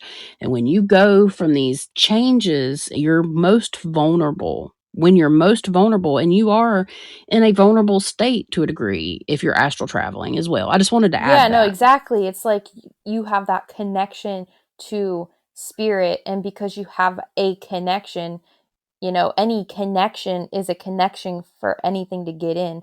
That's why, I feel like they speak about it in the Bible, like, don't trust a medium. I understand their point of view because if you don't have someone that's experienced, you can get into a lot of trouble. Right. And, one thing is too is like there's a lot of people that can do this, but what vibratory place they get their information from does, depend. And oh gosh, I'll wait till you're finished speaking because I want to add something. I want to tell y'all one more story about my client that's actually very interesting and spooky. But I'm if you're done. done, let I'm me done. know. Yeah, because speaking about like where a medium gets their information from, whether it's from benevolent or malevolent spirits, the first night I spoke with my client, she told me that she was on TikTok and she was watching a woman doing readings. And the woman, when she joined in, the woman was, just doing her thing, but then something would come there with her. Something was literally with her, and she kept saying, like, something's here and it's not good. And she just kept saying it. And, the chat was flying, my client said. And finally, she decided to speak up. She's like, maybe it's me because I'm dealing with something, right? And she said that medium was like, upset, like really truly upset that, that was happening because it was ruining her life. It really was. And I know this sounds crazy, but it was like ruining her life. And the next thing that medium blurted out is, well, it's not demonic if that's what you're thinking. And she did, yes, she didn't even say anything. Only thing my client said was, I'm sorry, maybe that's me. I've been dealing with something negative. And like that was immediately what she said. And her whole vibratory thing just like switched. So for me, I mean, maybe this is me being opinionated, maybe not. I'll let the listeners and you decide. But for me, it was like either A, that entity or energy or whatever was with her was influencing her to say Mhm. that, or she gets her information from a different place than I consider myself getting I was information. just thinking the same thing. But you know what? Yeah, That happens to my lives often. Like when I do my live readings, do you know how often I get interference from the entities that are haunting the people? It's like you have to learn absolutely. how to put boundaries up when that happens. Exactly. And not only that, like the hostility that my client explained that she got from this Yeah. medium really bothered me. I mean, to each their own, but if you work in this industry and you're not prepared to handle either or in some way, shape, or form, then maybe you should consider and reevaluate yourself. Like she said, she got up in a tizzy. Mhm. So automatically, if I was to see something like that happen with the information I know, I wouldn't even take my time to work with that person or Mhm. get any information from that person because it's questionable where their information's coming from and they're not able to discern the difference. Mhm. That's messed So, up. yeah, it really is. I mean, ugh. But anyways, so I do have a little bit of brief information about basically energy and energy systems. So this will conclude my part once I'm done with this, and we will be moving into M's part. Hmm? I'm going to start with some basic information from a broader spectrum. Okay. And what is an energy system? Primarily, an energy system is what supplies and regulates energy in any setting in regards to spirituality or not. It could be, the way that a certain, device operates. It can be related to anything, technology wise or whatnot, and just even, our bodies. So, what is an energy system? Primarily, an energy system is what supplies and regulates energy in any setting and in regards to spirituality. It could also be compared to our life force. Energy systems can be related to several functions that include mechanical energy systems, internal bodily energy systems, and basically how we store and transmit and use energy. And in theory, it could be related to, spiritual practices and things like chakra energy systems. Wee. Whee! So, mechanically speaking, energy systems related to magnetic fields that store, transmit, or convert energy basically in a variety of ways. The human body has three main energy systems and can be referred to in terms of like exercise and, different things like your nervous system. But of course, the chakras, there's seven main chakras, but there's more. We're going to get into that. That supports, our flow of energy. And all these functions can be compared to each other in some way as they carry similar principles and processes. So, going to talk about a little more, lastly, about outside energy forces before we move into more bodily functions. So, outside energy forces can be considered anything, as everything has its own magnetic field. Again, yet it's kind of circling all back around here. And the magnetic field of an object is basically what holds it together in space. So, just like I was referring to when I spoke about the planetary bodies earlier, and how they interfere with our bodies. Like something so massive can still transmit on a molecular level to our own human bodies. This is why we can sense things from, one another and get bad vibes and, even without having predominant psychic abilities. So ultimately, energy systems are super important when it comes to how we process, regulate, and transmute stuff. So I just wanted to have a brief discussion about, for example, negative energies and how, we have to transmutate that out of our body ultimately. Like, and also too, I kind of wanted to tie back in the energy that we get from planetary bodies and kind of briefly touch on like the archetypical aspects of, planets. So like Daddy Sati, for example. Yeah, Daddy Sati or Saturn, the planet, not like the god or whatever. It has two different things. You look at it as rules and regulations and stuff of the such, and depending on how you look at that and how you want to accept that energy will be dependent on your vibratory scale and all that kind of stuff and what already resonates and is stored inside of your body. It also is dependent on your actions because your actions are energy too. So, overall, it's important to be mindful of our actions. They really tie in to our energy and energy systems, just like crystals transmute energy. For example, the crystal quartz is very, actually grab my piece right here. It's very, very good for all kinds of things and it can be used for every chakra. So if you wanted to balance out your chakras, for example, you would use, and you don't have like the specific stone that correlates by color or whatnot. You can use crystal quartz. It's good for that because it literally pulls in and transmutes the energy, any energy, and it neutralizes it and gives it, and amplifies just pure white. And like literally, spirit showing me this too. It's like pure white light, positive energy. So ultimately, crystal quartz is great for all of that. Mm-hmm.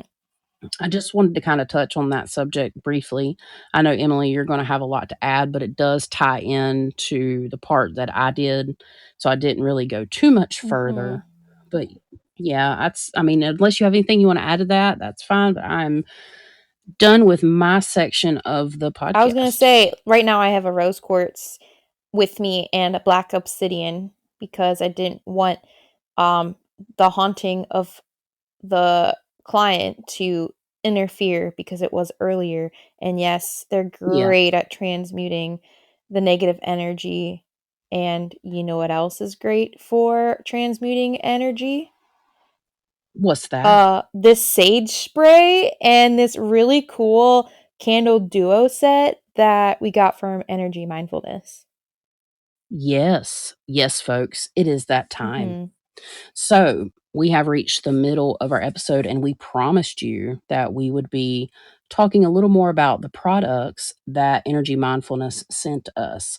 So, taking a slight break from our information, let's jump at the two products that Heather, the owner of Energy Mindfulness, kindly sent to us, and we want to share them with you all. So, Em and I are going to talk about some of our thoughts about these awesome products. Like, they really were designed very well. I'm a nerd for packaging, where I worked in packaging and stuff. Packaging's on point. But first, so out of the two products, the one I'm going to talk about is the Quantum, yes, I said Quantum, candle set. So, speaking of quantum mechanics, one of the products that Energy Mindfulness sent to us is the Quantum Creations candle set. It is a manifestation candle set that comes with 3 100% organic soy wax candles, and each candle comes topped with different crystals and dried flowers and with its own unique aromatherapy scent. Like, they smell awesome. You can use this candle set for home meditations and overall energy work, as it comes with a dry erase marker, interestingly enough, that allows you to write your intentions on the front of the candle. So if you want to use them over and over again, you can, or however you want to do it, you can. It's great. So you can just erase it off the front. And you can use it during your daily meditation, or, however you'd like to manifest your goals. In every package, there is a little guide that's included that takes you basically step by step through the process of manifesting on a quantum level, which is definitely helpful for anyone, especially if you're just getting into manifestation and energy work. This product really makes for a perfect gift for beginners and even seasoned energy workers like myself. Personally, I really love how well this product was thought out in terms of the variety of the scents and the additions of the crystals and the flower pairings, because each individual candle really offers its own unique metaphysical properties, and they all coincide with each other. So the creation of this product was really thought out, because each candle, I feel personally, has its own unique ability or importance when you're using it for manifestation. I chose to start my quantum journey with the candle that is topped with the yellow citrine and the quartz stone.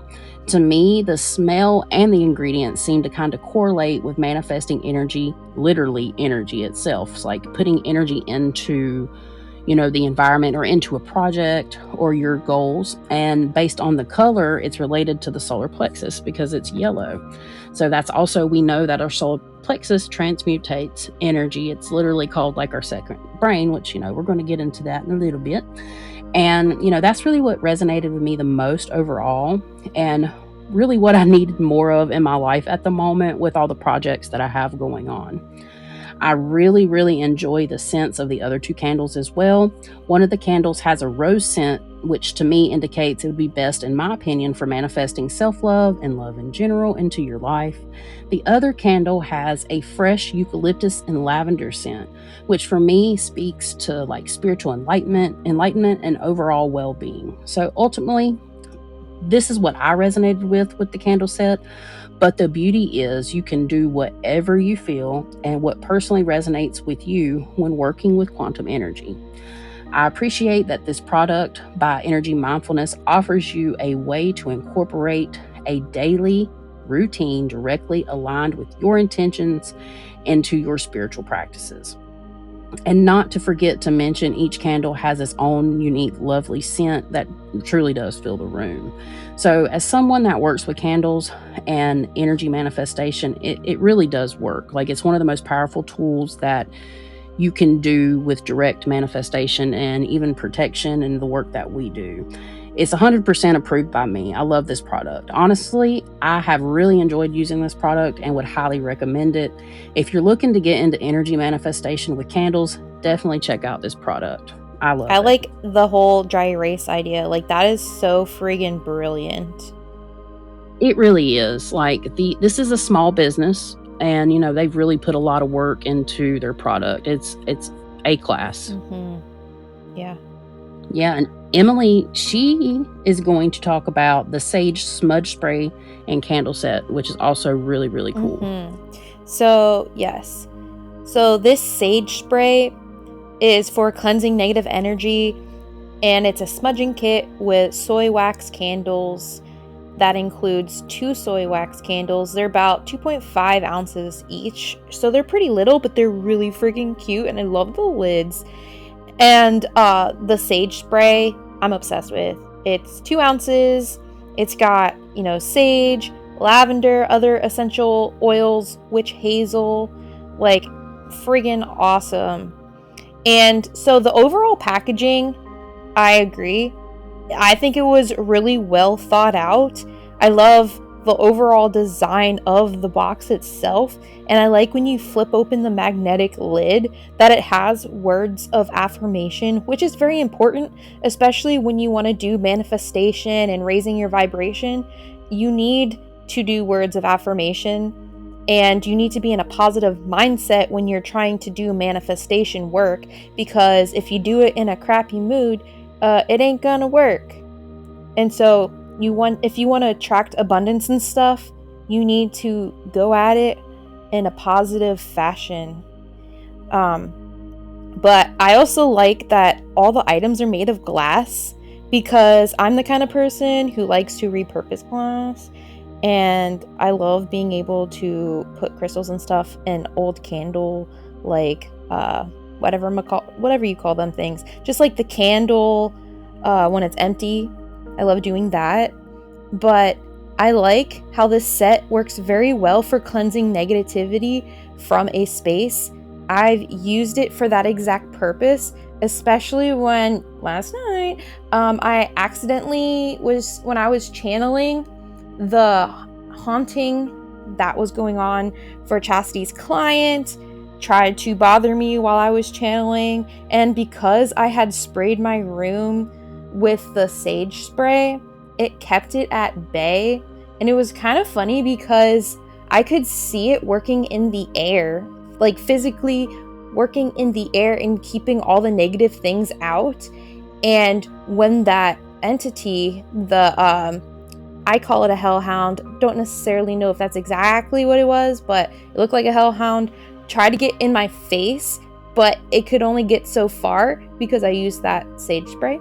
And then I was like, hey, Shiva, so in your opinion, what should I do? And then he just grabbed it by its neck and yeeted it out. So it was really awesome. But I also, one other thing I like to do with the sage spray is spray it on my pillows, because it has a calming effect, especially because of the lavender oil that is used in it. And it smells really good. So it helps you calm down and relax. Perfect if you need to sleep, or just, relax. And great for meditation, because you need to be relaxed for a good meditation. And yeah, this product definitely works metaphysically. And I think the use of these certain ingredients, it's very well thought out, and they're very protective. And I think because of the quartz and the water, those ingredients were amplified in order to help maintain a cleansed area. And I definitely recommend to listeners, especially even the one that Chas covered, I really like that set too.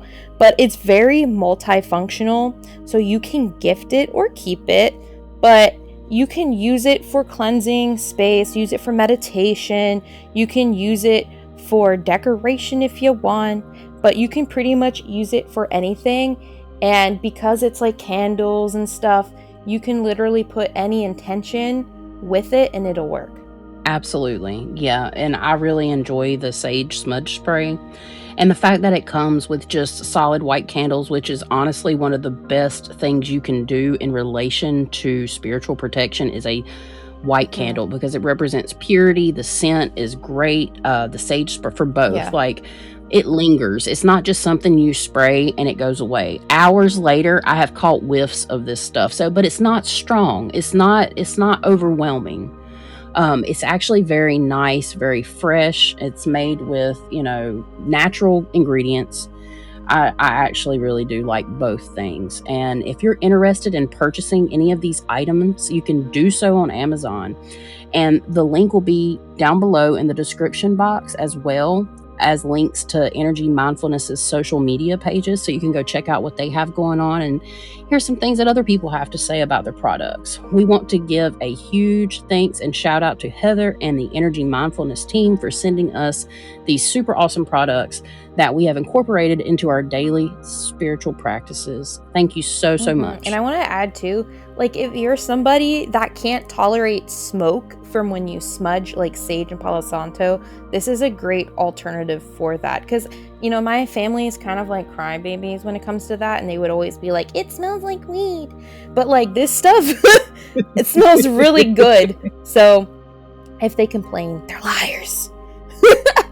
Exactly. I love it. I love the smell. It reminds me of my parents' house and like how my mom cleans often because she's got OCD. I just love that nostalgia feeling that the scents give too.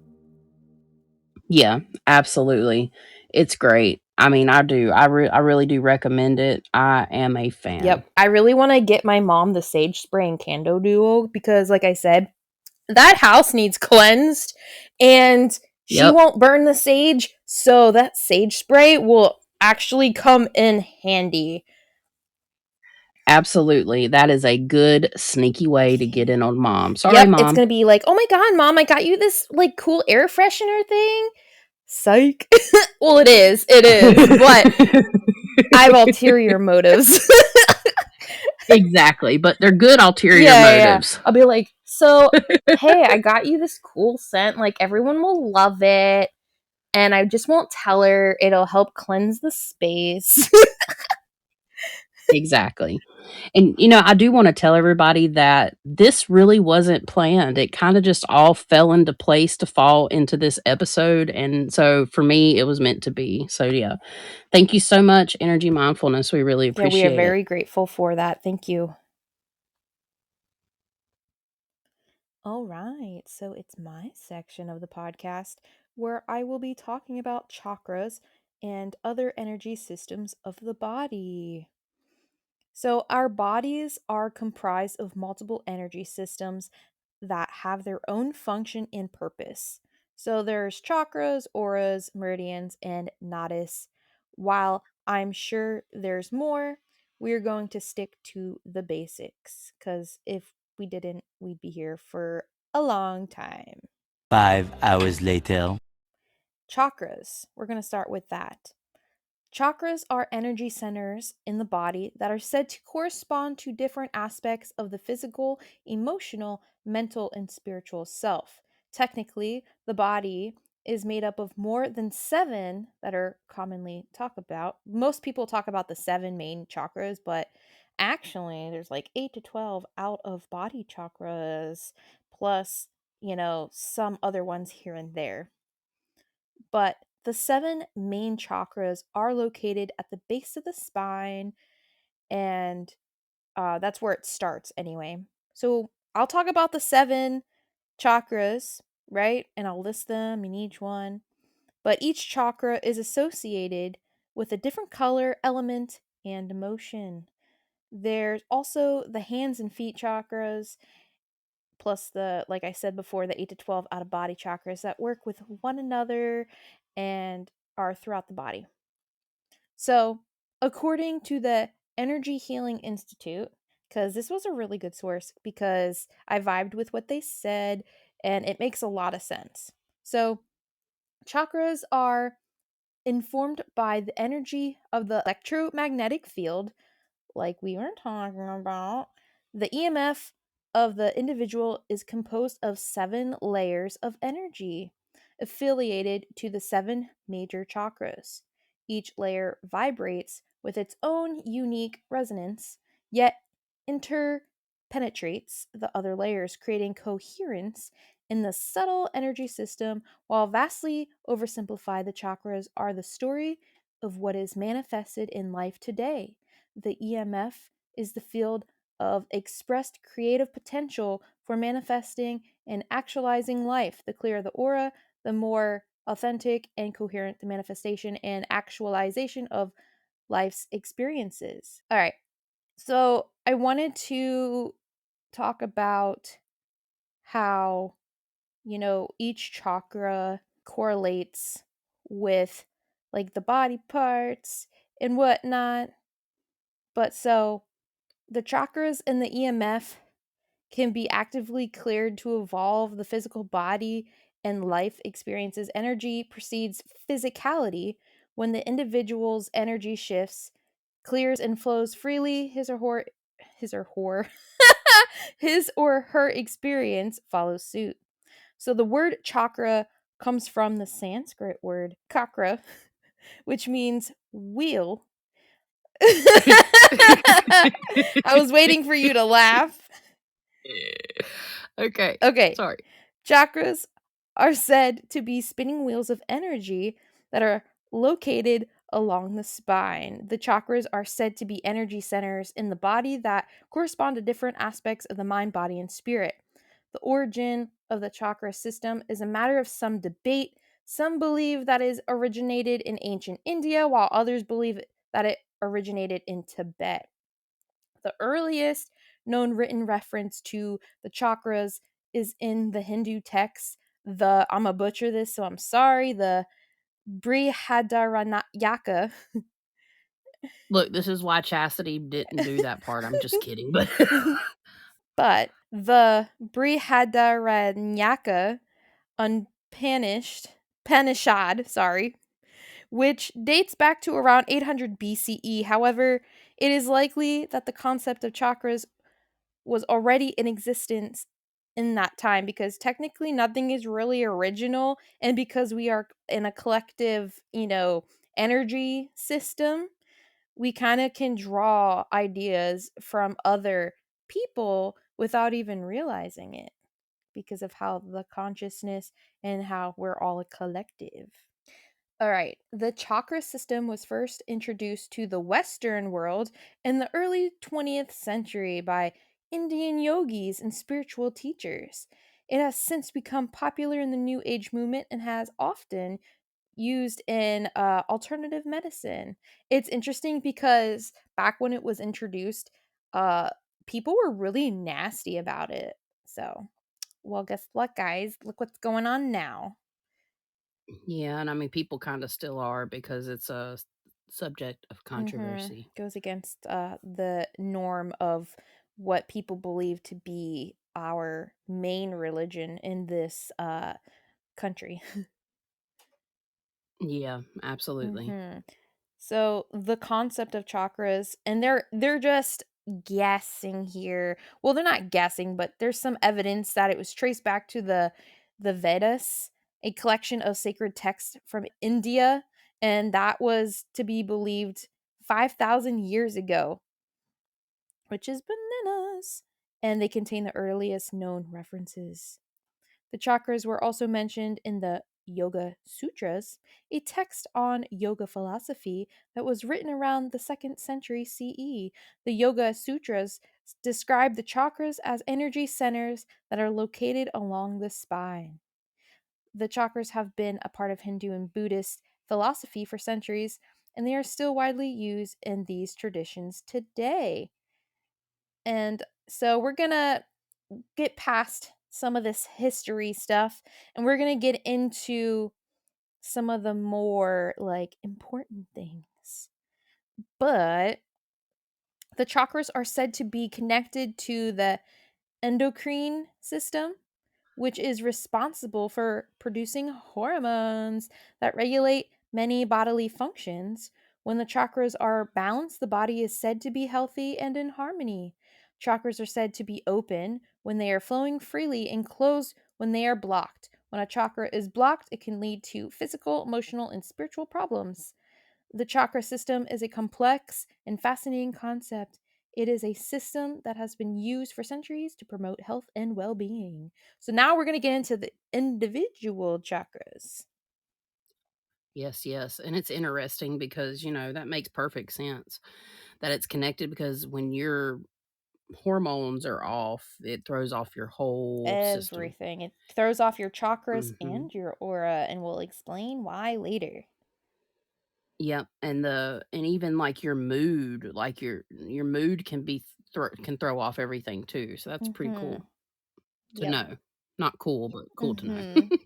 So we're going to start with the feet chakras. So, located in the arches of the feet, used for grounding, accessing the earth and its energy. Like the hand chakras, the feet chakras are transmitters and receivers of other energies, unlike chakras 1 through 7, which are your typical chakras that everyone talks about. The energy centers in the feet vibrate in the etheric physical plane rather than the astral plane. Thus, they are tied more closely to your body's physical energy and health than the astral chakras.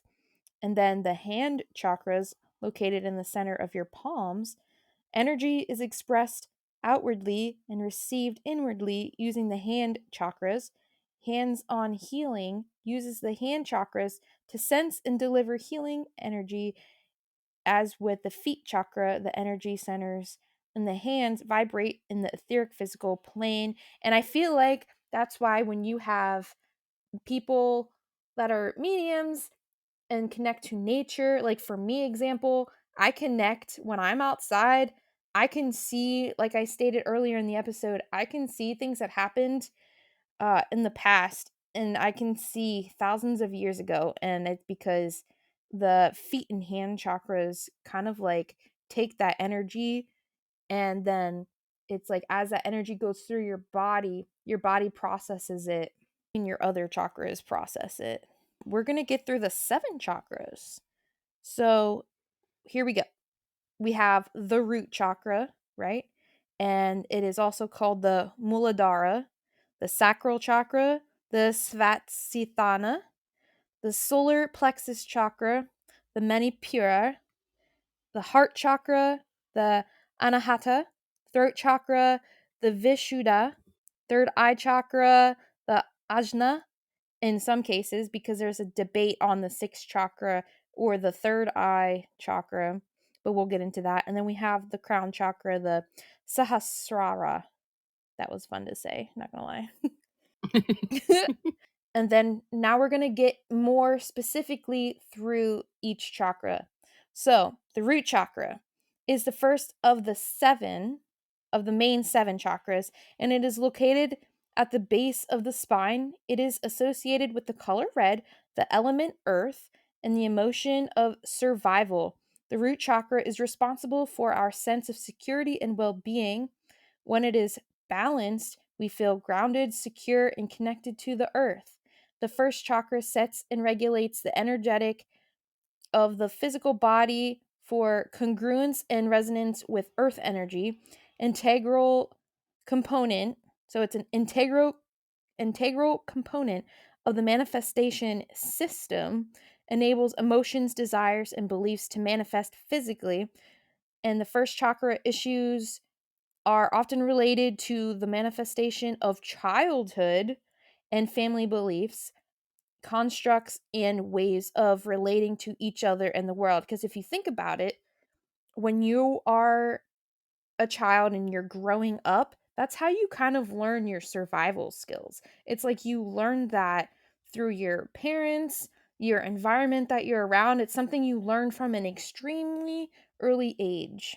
Yeah, absolutely. Mhm. The root chakra is responsible for our sense of security and well being. Like I said, it is also associated with our basic needs such as food, shelter, and safety. When the root chakra is balanced, we feel grounded, secure, and connected to the earth. We also have a strong sense of self worth and self confidence. We have a better ability to meet basic needs, have improved physical health, emotional well being, and spiritual growth. And I feel like too, like using your hand and feet chakras, it once it goes through your body, it kind of is processed through your root chakra first after it hits those main ones, or the first, your hands and your feet chakra. Yeah, and it depends on the source where the energy's coming from Mhm. too. So if you're pulling up earth energy or whatnot, and it kind of reminds me of what I was saying earlier. And when, the information that I had found said that all energy comes in through your crown chakra. Well, I naturally, before I even knew what I was doing, when I started doing like energy movements, like this was before I was even doing my spiritual work or practices, like I would always start from my Mhm. feet. So I feel like maybe that's because I feel like the feet is for earth, and then when you're getting outside information from above, like as above, so below, like you Mhm. kind of in a way, but above comes in through your crown and earth through your Yep. feet. Or is it higher vibrational energy comes in through your crown and lower vibrational energy comes in through your feet or Mhm. whatnot? That's kind of how I feel, but I'm not I sure I 100%. feel like you're right, like, the earth stuff and natural energies will come through your hands and your feet, and then I think anything spirit-wise comes through your crown. Oh, yeah, and that's interesting because going back to, your reading with Liv from Meta Psychics, she was talking about how you process energy around you through your hands and feet, like you're picking it Mhm. up through the Yep. environment. Yeah, Mhm. okay. Alright. Next is the sacral chakra. It is the second of the 7 chakras. It is located below the navel in the lower abdomen. The sacral chakra is associated with the element water, the color orange, and the emotion of creativity.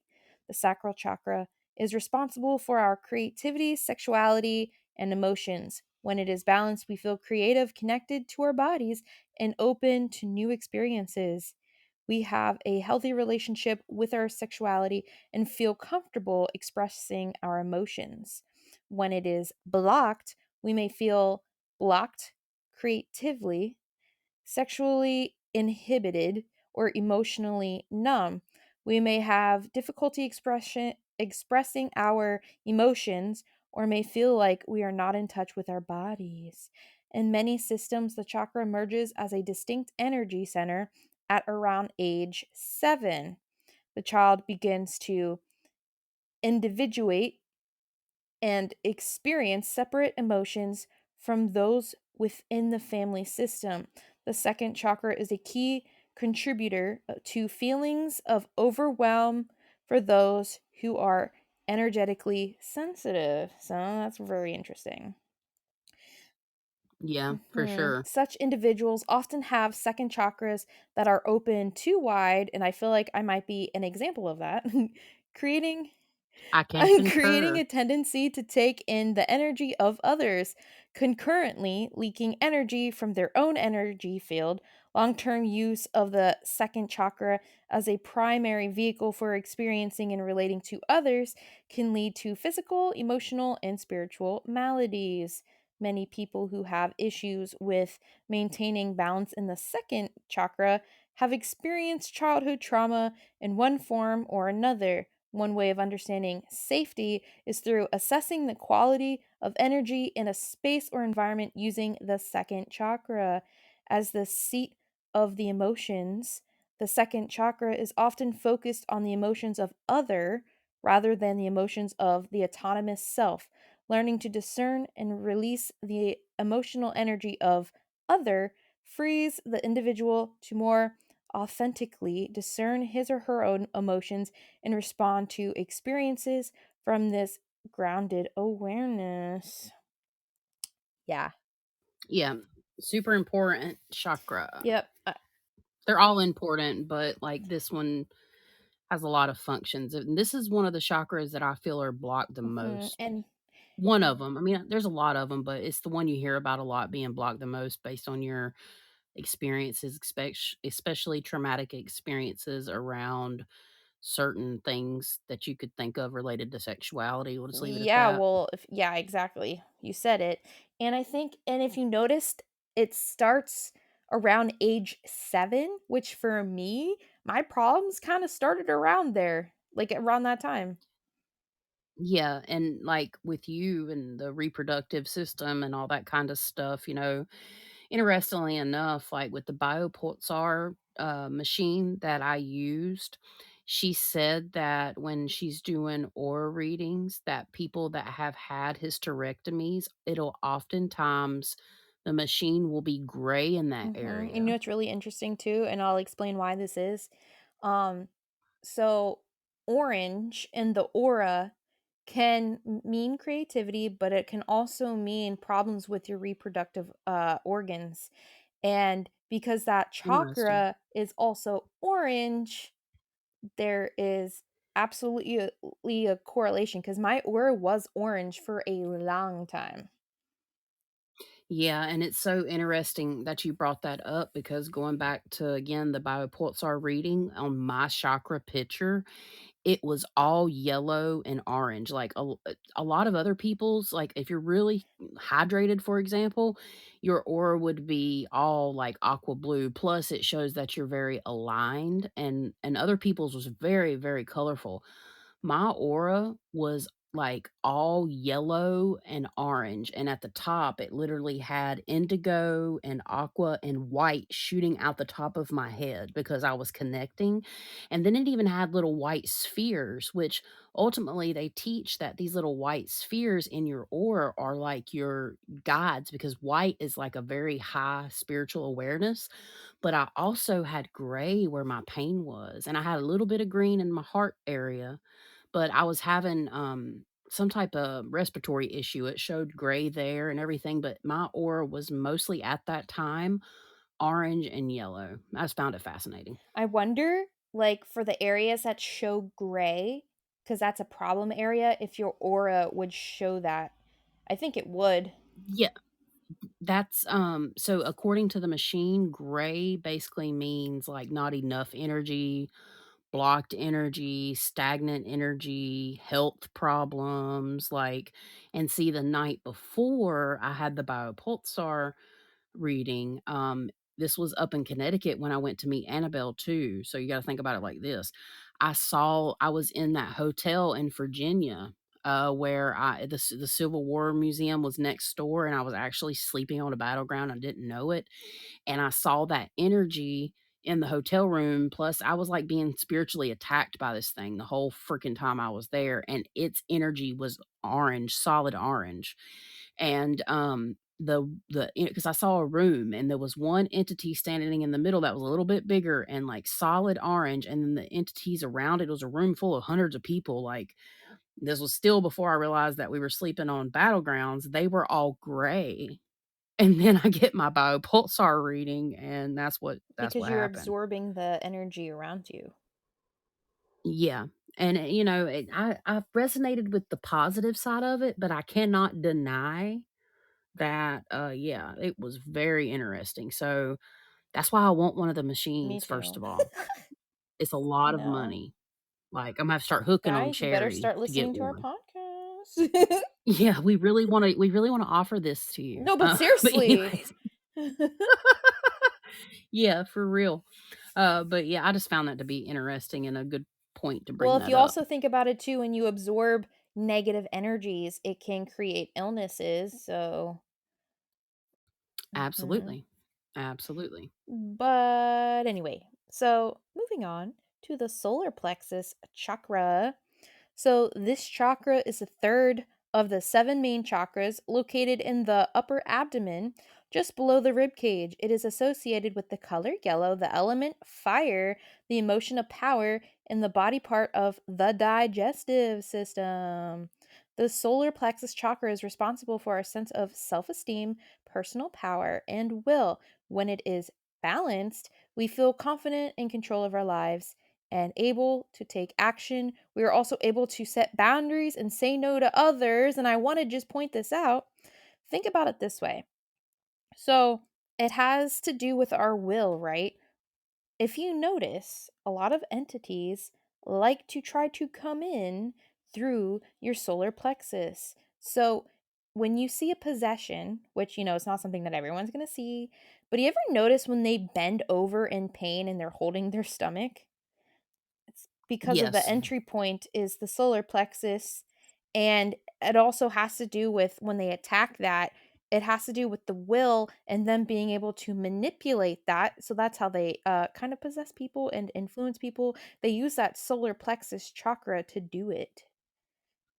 Right. And it is said that, and I know one of the people I remember hearing this from, and I knew this, but it just didn't like click, was Hmm. Duran from Dead Serious Investigations. He said that demonic entities, or even because I'm not saying demonic entities are the only entities that can seed themselves in the body. Honestly, like that's just my personal opinion. I think there's other things that can, like parasites and stuff. We've talked about it, but they only seed themselves in your three bottom chakras. But I think there's an exception because this is what I'm feeling like I'm getting the information. I think they can also try to invade the heart chakra. I don't think they can completely take it over, but they can work on strongholds, Mhm. like where the strongholds of our own like personal problems and like our Yeah. blockages and stuff. But basically, from the solar plexus down is where you'll find that energy, quote unquote, hiding, especially in a case of possession. So, yes, I fully agree with that. You'll get it blocked in your sacral chakra area, especially if you've had Mhm. SA, and then like your solar plexus because that's where energy's given and Yep. received and all that kind of stuff, and then your root chakra, so you can't actually have any healing earth energy, so you can't connect. So there's, Mhm. yeah, absolutely, and your back because it's all in your spine, so like it really causes Yeah. problems. And well, we know Yeah. demons and other negative entities can attack all of them, but those are the ones they like to attack, I feel, most often. Yeah, they can attack any of them, I think, but I'm talking about, like, being seated Yeah, inside of that energy exactly. field. Yeah. Mhm. So, yeah, when it is balanced, we feel confident in control of our lives and able to take action. We're also able to set boundaries, right? So they can attack that part. That's fun. Yep. When the solar plexus chakra is blocked, we may feel insecure, indecisive, or easily manipulated by others because of the whole will thing, right? And then we may also have difficulty setting boundaries or saying no. Paired with the first chakra, the third chakra is a key component of physical manifestation. A clear, energized third chakra supports authentic creation and manifestation. It is easy to understand the tendency to experience problems related to esteem, responsibility, and the acceptance of rejection of others. It is also easy to understand why our culture has chronic problems with obesity, sugar addiction, indigestion, and heartburn without doing the work of finding personal power through individuation and self exploration. It is difficult to achieve the four S's: self aware, self contained, self responsible, and self esteem. When these are lacking, overeating is a common result. Yeah, Right. which I didn't know. So it's interesting. Yeah, no, it's cool because we get to find out information too as we do these episodes with you Mm-hmm. guys. Because, we're not superhuman, we're only human. Exactly. We're learning with y'all. Yep. Now we're going to get into the heart chakra. The heart chakra is the fourth of the seven main chakras. It is located in the center of the chest at the level of the heart. The heart chakra is associated with the color green, the element air, the emotion of love, and the body part of the heart and lungs. The heart chakra is responsible for our ability to love and be loved. When it is balanced, we feel open and loving towards ourselves and others. We are able to give and receive love unconditionally. We are also able to forgive and let go of resentment. The chakra and its energies engage the individual out of the issues and realm of the self and into affiliation and communion with the soul and spirit, the awareness of divinity. When the heart chakra is blocked, we may have difficulty loving and being loved. We may feel closed off and guarded, or we may be overly attached to others. We may also have difficulty forgiving and letting go of resentment. And I think this is very important too when it comes to traumas and trying to heal traumas, certain traumas. Um, I Yep. feel like when people are having issues, especially with abuse, especially like parental abuse, they have to learn to forgive. And some people don't want to do that. Yeah. And that can cause an opening for bad things for like entities and stuff to attack you through.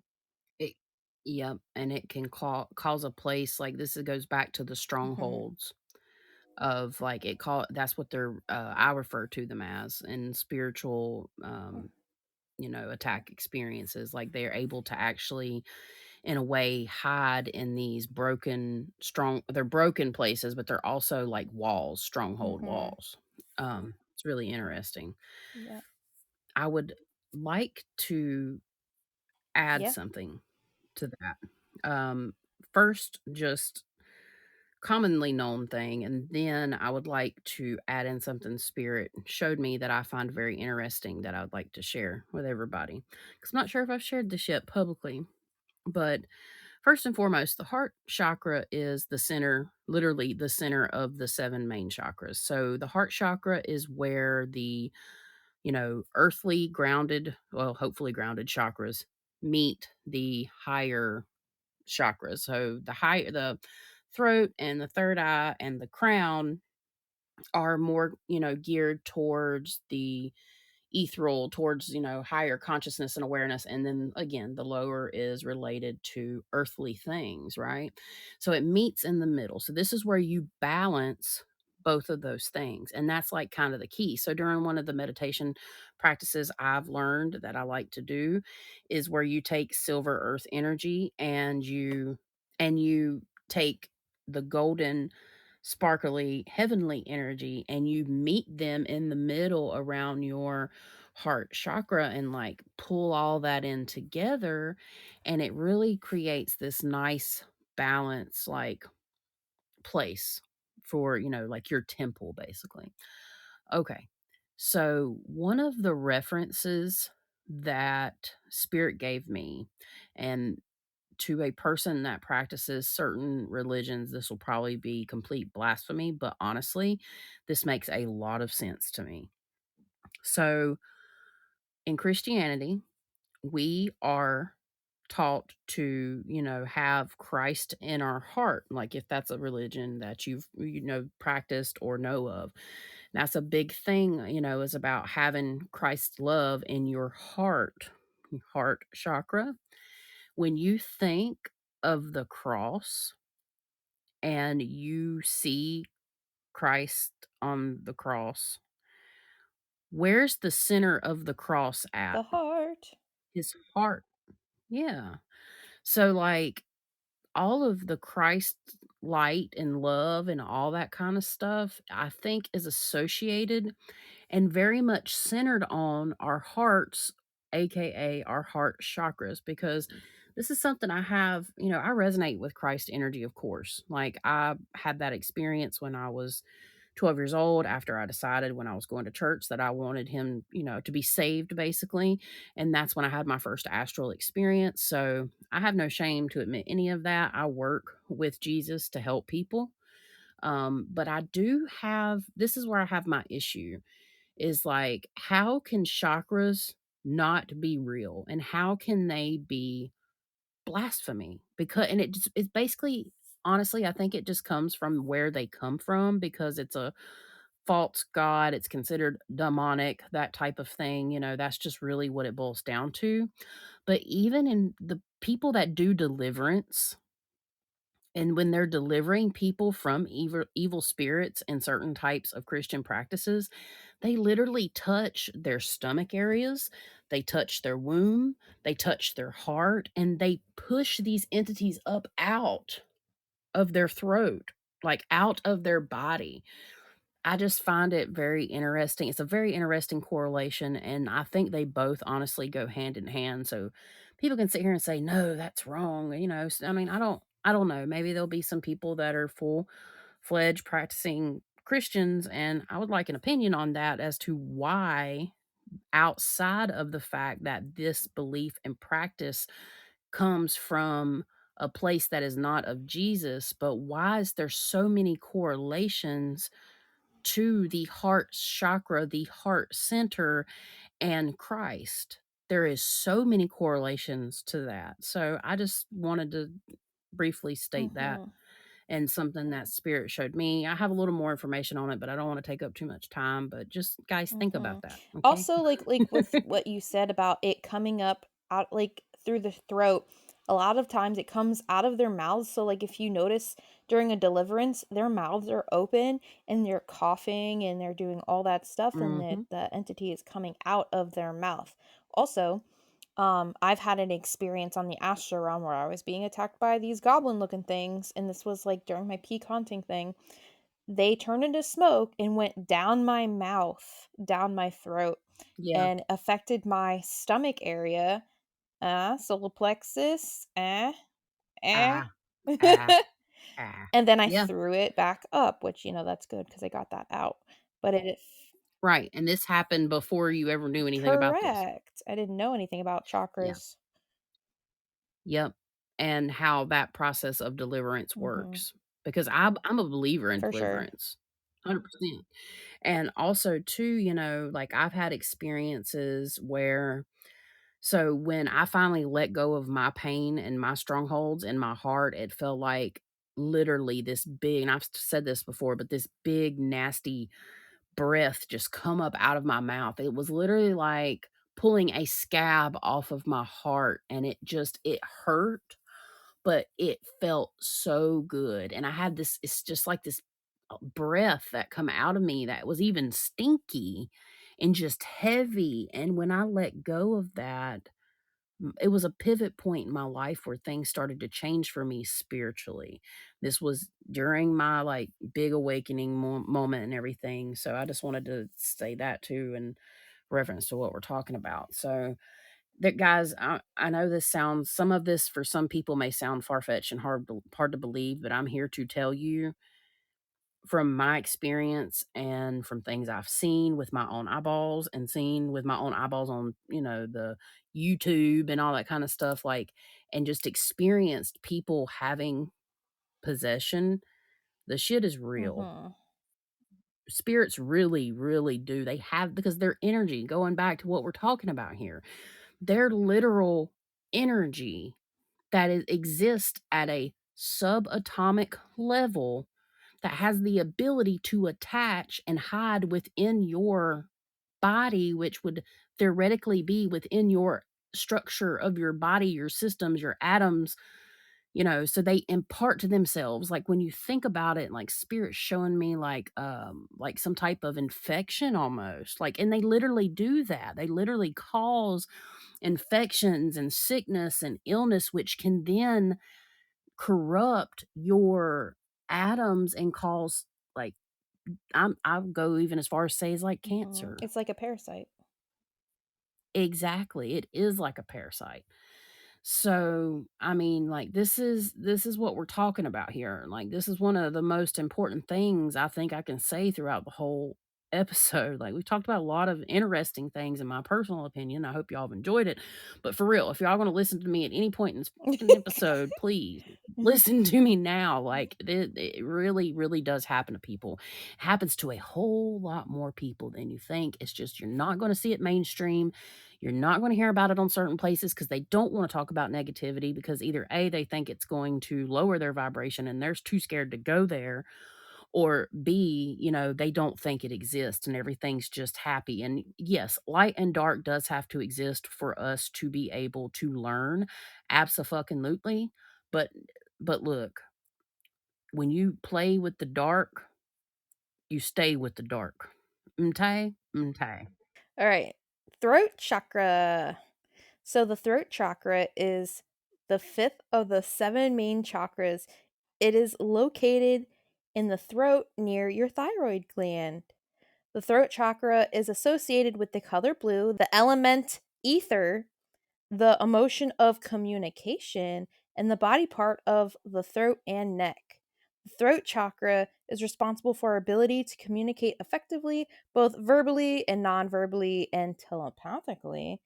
When it is balanced, we feel confident in our ability to express ourselves and we are able to communicate our thoughts and feelings clearly and concisely. We are also open to receiving feedback from others. At a more sophisticated level, the expression of individual identity manifests through the fifth chakra. So, I had an open ended question here. So, if it also controls like telepathy, I wonder if that's like when entities attack and block you from communicating. I wonder if it also affects the throat chakra in that way.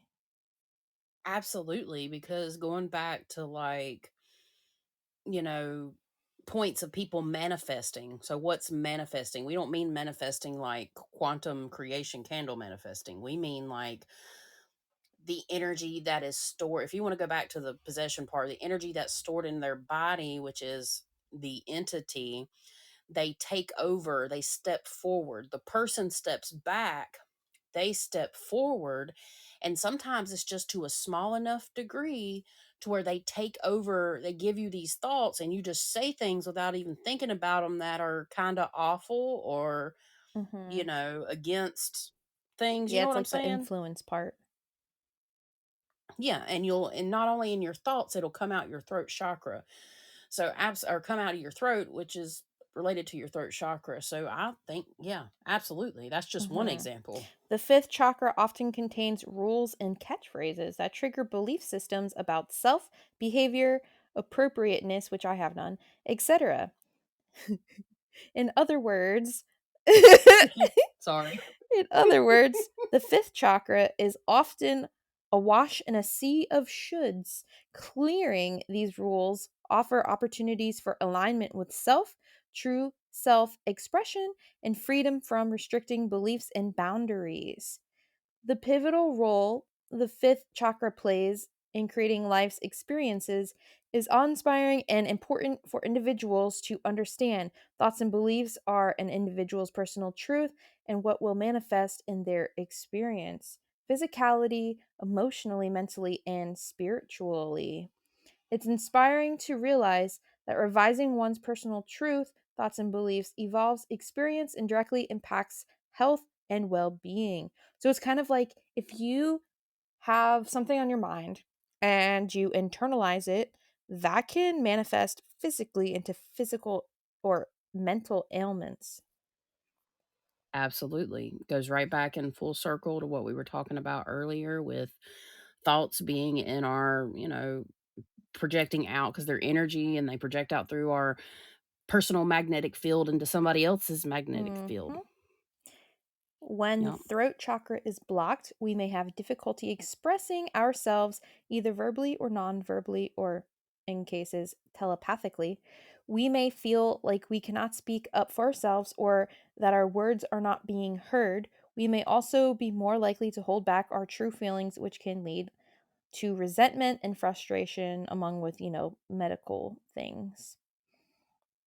So then we're going to get into the third eye and or sixth chakra. And I say and or because there are some like schools of thought that believe that the third eye chakra and the sixth chakra are two different chakras.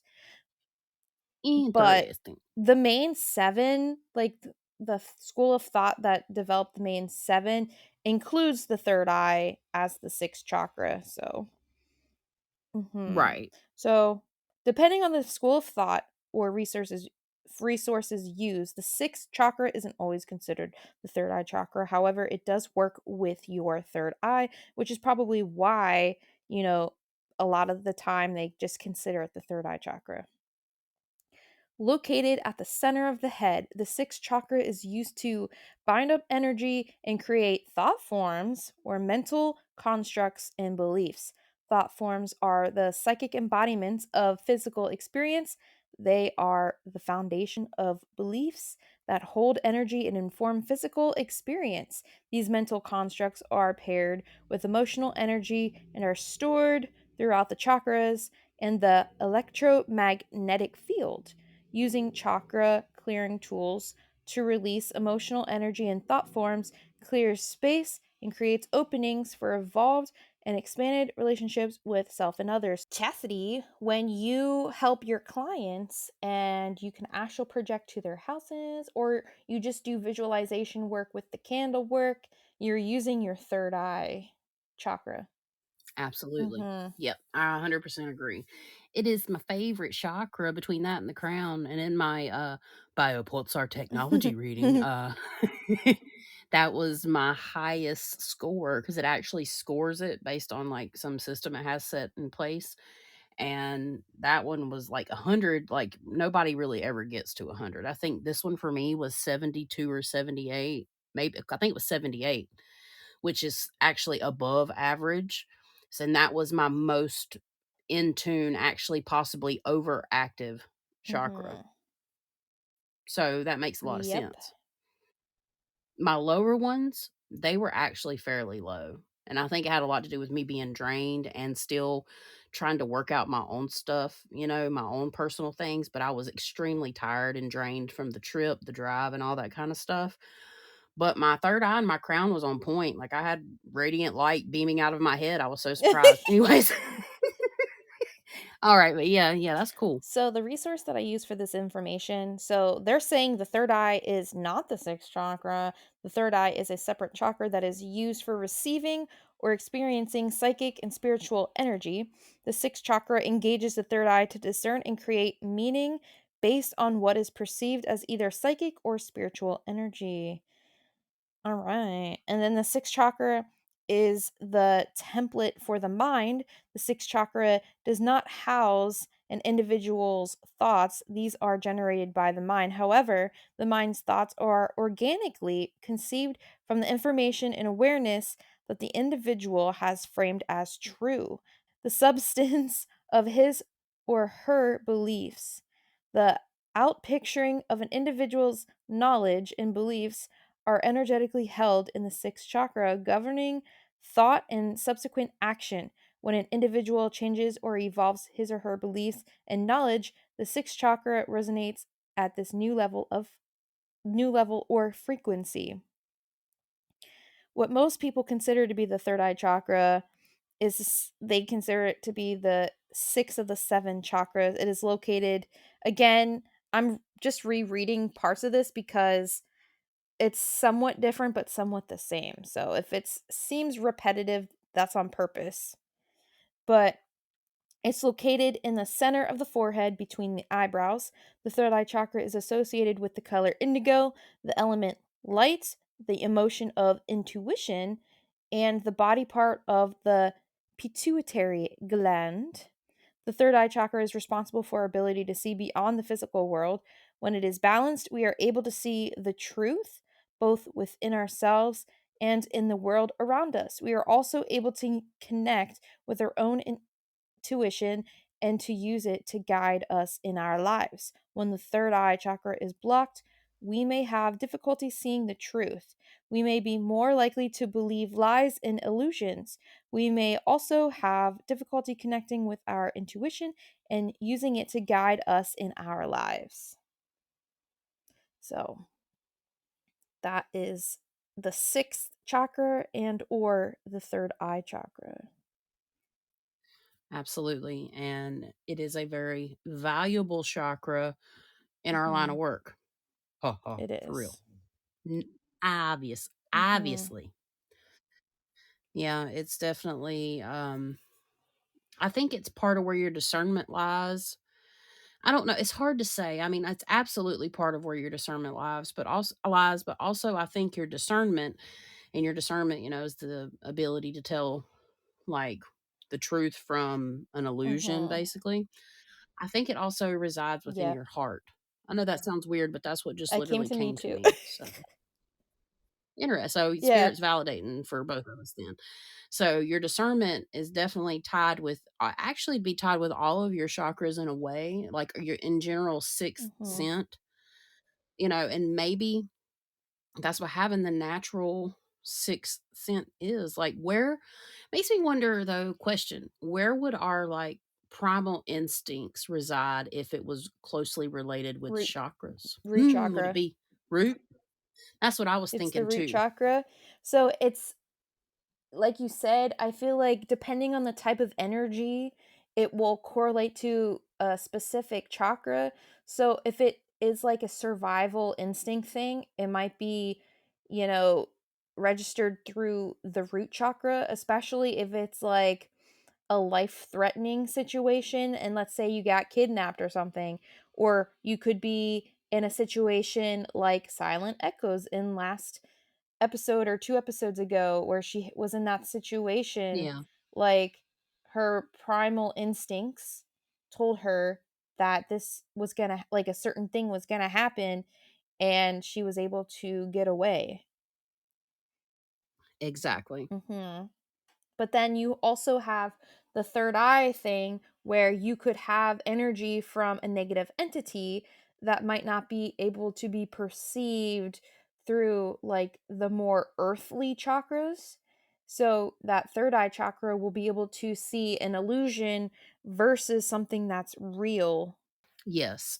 Or it allows you to perceive things even differently than somebody else, even though it's the same Mhm. thing, and the entity doesn't have the ability to really change Yeah. form. So I mean, there's another point. It's just a lot. It's layers and layers of stuff, Mhm. but it's interesting. Uh-huh. And then we're going to get to the last chakra, which is the crown chakra.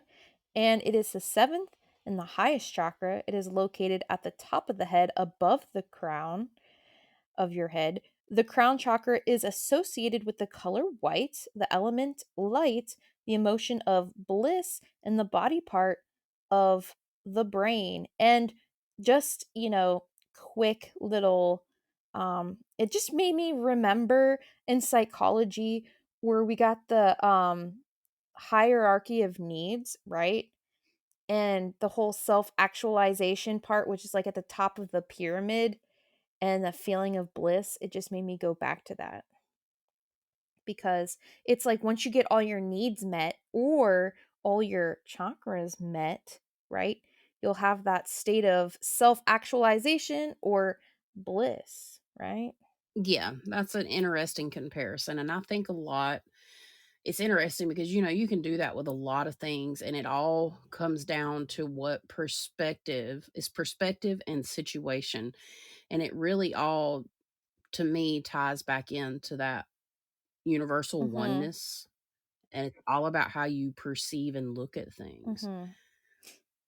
and how you, the different information, like we could receive the same sentence, for example. We could look at the same sentence. It's like text messages.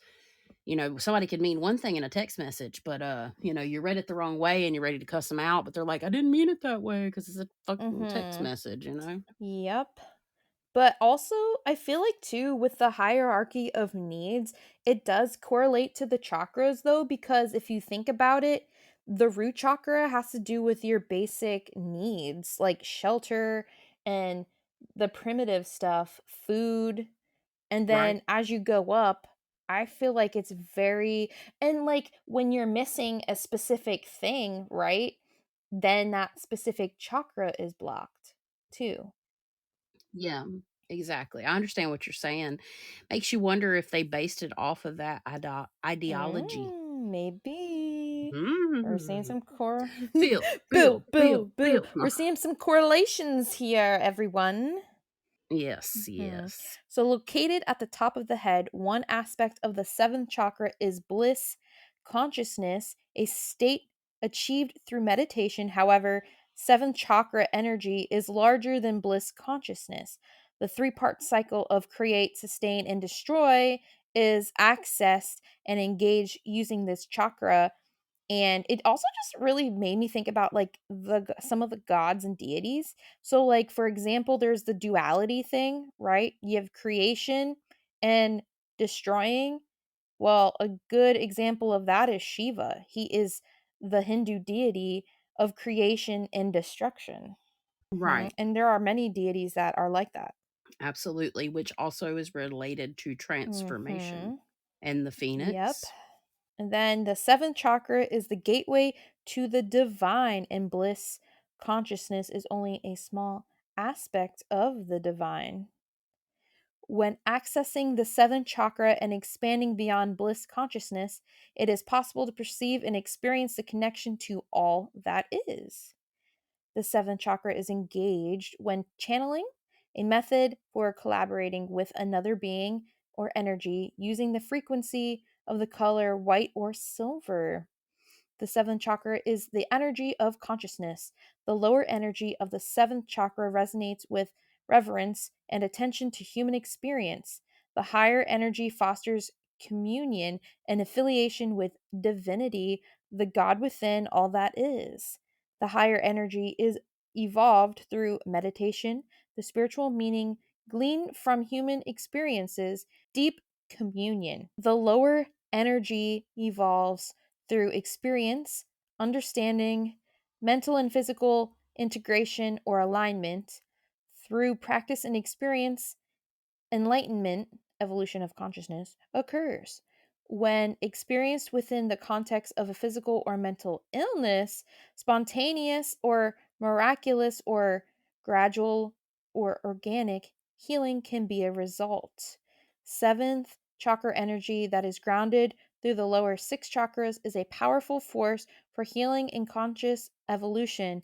When life is lived through this level of conscious awareness, problems, issues, illnesses are contextualized, and the individual can perceive each incident in life as evolutionary experience.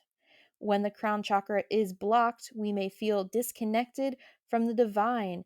We may also have difficulty connecting with our higher self and receiving guidance from the divine. So that concludes the seventh chakras. Did you have anything you wanted to add?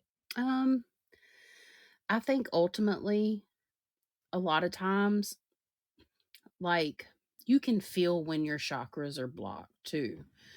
Like, you can feel the pressure, on especially like with your third eye and doing intuitive work. Sometimes you actually have to, like, I've actually had to use crystals, especially black tourmaline or obsidian. And that's one of the first things Mm-hmm. instinctively that I really, figured out.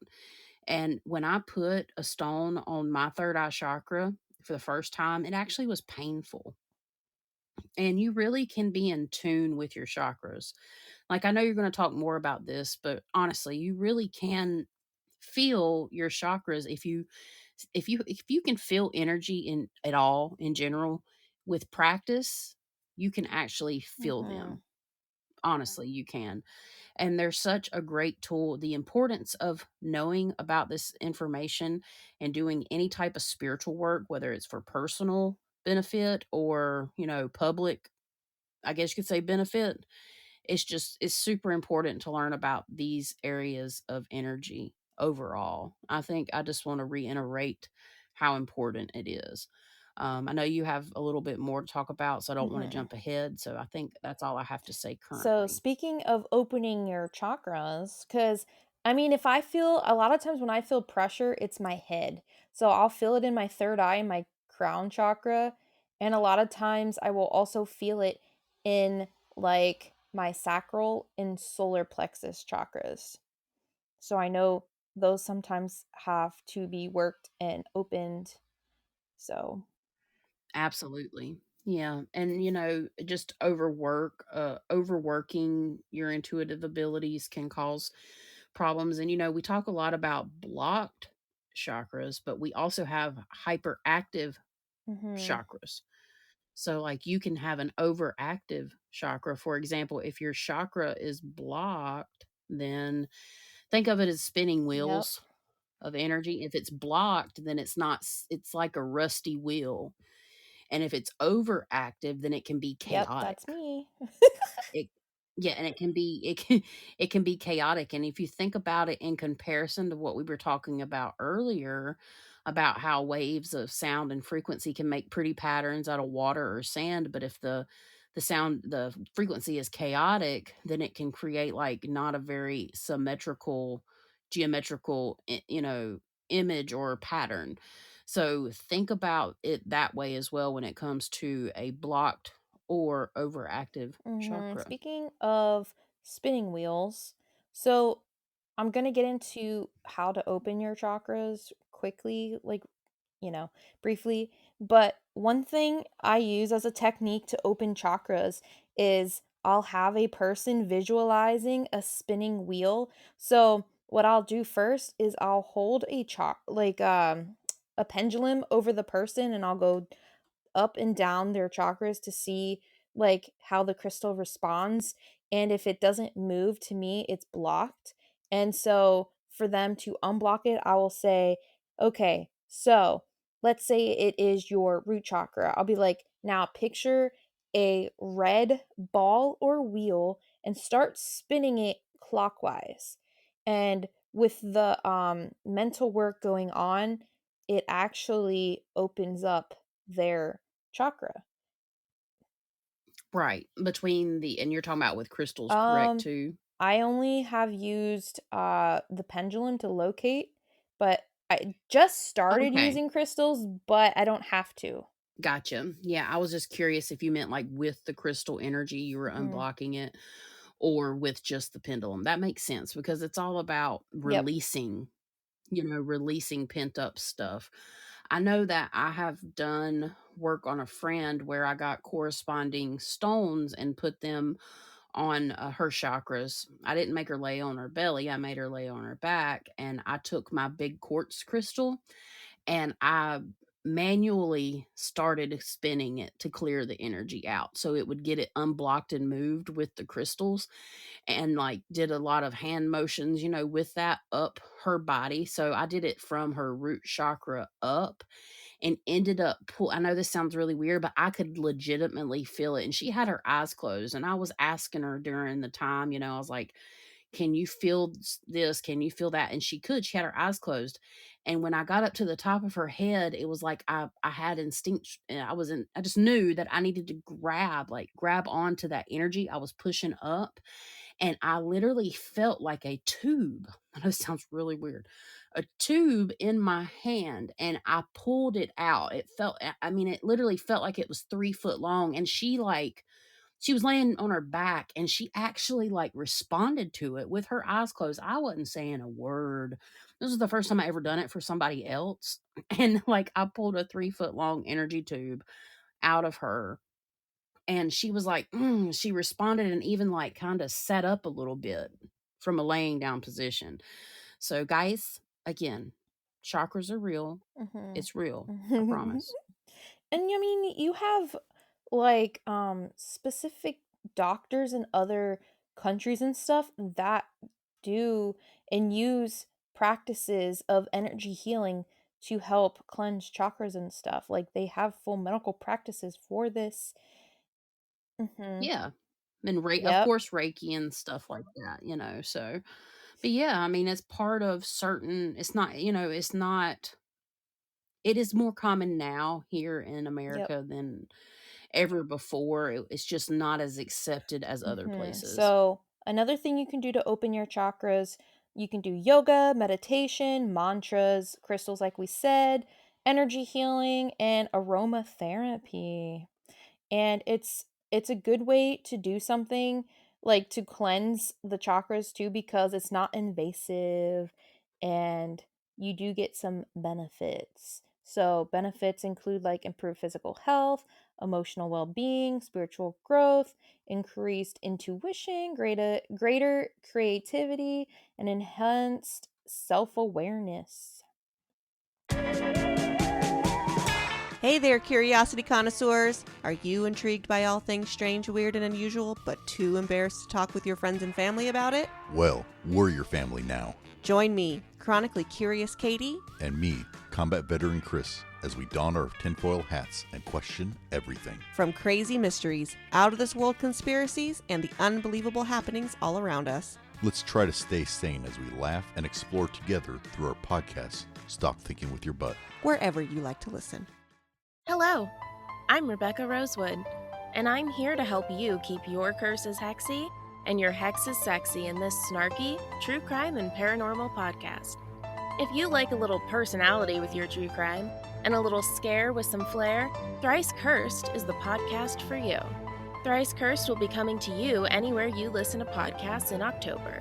Until then, you can find me on social media such as Instagram, Twitter, and Facebook at Thrice Cursed Pod. Until then, keep it hexy. Now, we're going to get Yes, into ma'am. meridians and natis. I hope I'm saying that right. I don't even know. Natis, natis, tomato, tomato. Ugh. All right. In traditional Chinese medicine, meridians are invisible pathways that run throughout the body. They are said to be channels through which qi, pronounced chi, I mean, like I said, tomato, tomato, or life force energy flows. There are 12 main meridians, each of which is associated with different organs or systems in the body. The meridians are connected to each other at points called acupoints, hence where you get acupuncture.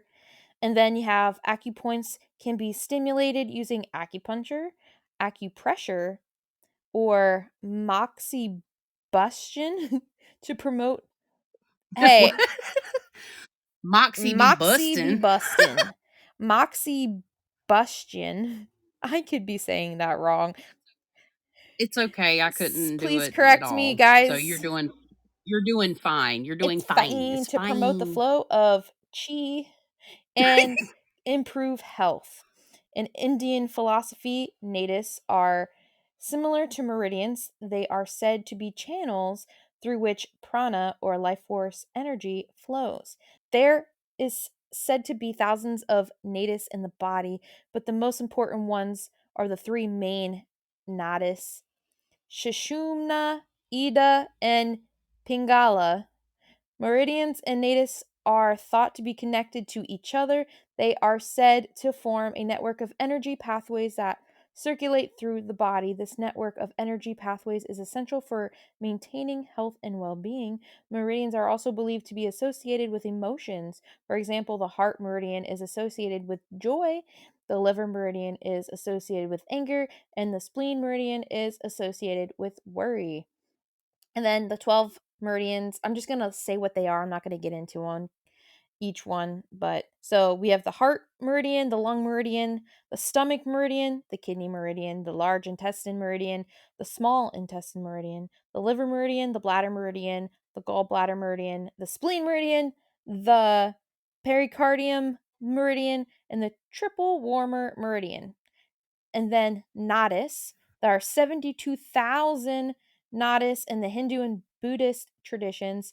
The nadis are said to be connected to chakras, which are energy centers located in the spine, which we already know because we covered that. And they are said to be responsible for the flow of prana, which is the life force energy, which makes sense because if you think about it, how does the energy flow from chakra to chakra, right? You have your hands and your feet chakra. Right. So when you're touching something with energy, which pretty much everything has energy, it's like it goes through your nadis, which are like veins and stuff. So it's kind of like connection points of your chakras. Hmm. Right. But so when the flow of chi or prana is blocked or disrupted, it can lead to health problems. This is why traditional Chinese medicine and yoga practitioners often use techniques such as acupuncture, acupressure, and yoga to unblock and restore the flow of energy. So, Yeah. And there's like I'm so mm, sorry. I just wanted to add this. There's like a graph that shows it's based off of a pentagram, actually, interestingly enough. That and not I don't think it's like a upside down one or anything. Like I'm not 100% sure. I can't remember, but I know it's a pentagram and it talks about these different types of like for example, the gallbladder, because I was looking up ways to move energy for people that have gallbladder issues because V has been having issues with his gallbladder. And I wanted to see what I could do with, energy and kind of Reiki in a way. And it's based off of a pentagram, like I believe it's a straight, a normal one, not an mhm, upside down one. Don't I don't I remember seeing it, and I got to look it up, but it's something that we can definitely touch on later about all this. I'd like to maybe revisit it, if not this season, maybe mhm, next season. Anyways, mhm. So, benefits of balancing meridians and nadis. So, improve circulation, reduce pain, increase energy levels, improve sleep, better digestion, stronger immune system, reduce stress and anxiety, improved mood and overall well being. And yeah, so how to balance these things? There's a few ways. You can do your acupuncture, your acupressure, yoga, tai chi, meditation, massage, and herbs. And so Reiki.org explains this system in the perfect way. But so they pretty much say, like, think of the energy body in similar terms to your physical body. And the aura is the energy equivalent to your whole physical body. The chakras correspond to your brain and major organs.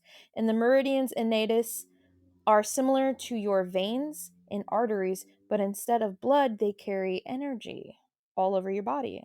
Yes. It's really cool. Mhm. It's something I want to learn more about for But sure. so chakras and meridians and nadis are important in, specific philosophies, and they are still widely used today, and energy healing is a good example of how they are used. And maybe in a future episode we might talk about that, but for right now, we're going to move into auras and see how all of this is connected. So, understanding Yes. the chakras and how they work is important when trying to understand how auras work. Your energy can never be fully contained. Invariably, it will escape your body and enter your surroundings. While we believe that energy within your body is controlled and directed by chakras, some of it does leak out and form an aura around us. This is not a bad thing, it's simply part of being alive. So, bada boom, bada bing. Bazinga. Bazam. If there's a disturbance in your chakras, the leaked energy will corrupt your aura. If you're surrounded by a corrupt aura, it will influence the chakras. This is a cycle that would keep going until you balance your aura. Specifically, an aura is an energy field that surrounds all living things. It is said to be a reflection of our physical, emotional, and spiritual health. That's why, for example, like when you have problems with your physical health, and like we said earlier, so for me, because I have issues with like my uterus because of endo, right? So my aura was orange for a very long time, and that has to do with specific organs of um, your reproductive organs. So it makes sense that because that area was a main focal point for issues, that it would spill out into my aura. Yes, and that's what the folks at, the place was telling us. Like, it's just an interesting correlation, and it can throw a lot of stuff off. The fact that people have to have this done, it can actually throw even more of your energy systems off. So it's important to acknowledge self-care when you have these procedures or these issues. And even though it can be very depressing and causing a lot of emotional trauma, it's best to try to figure out a way to remain positive as possible, because honestly it really does help your body, like your physical Mhm. body. It's hard though. It's challenging, that's just part of life, unfortunately. But it just goes to say, like, what is it? Get lemons, make lemonade type Yeah. thing. But so auras can be seen by people with the gift of clairvoyance, or they can be photographed using a Kirlian camera, energy made up of much finer, lighter, and higher vibrations, which is usually called the aura, the auric field, or the human energy body. And regular people, some of them can see them, but we'll get to that later. But the aura is a field of energy or light that completely surrounds the physical body above, below, and on all sides. It is made up of 7 layers, with the inner layers closest to the physical body comprised of the densest energy, and each succeeding layers being or being of finer and higher vibrations. Most people have an oval or elliptical aura, which is slightly larger at the back than the front and fairly narrow at the sides, and is also stretches above the head and below the feet. Your aura is not always the same size. However, it can expand or contract depending upon a variety of factors, such as how healthy you are, how you're feeling emotionally or psychologically at any given moment, or how comfortable you feel with the people in your immediate surroundings.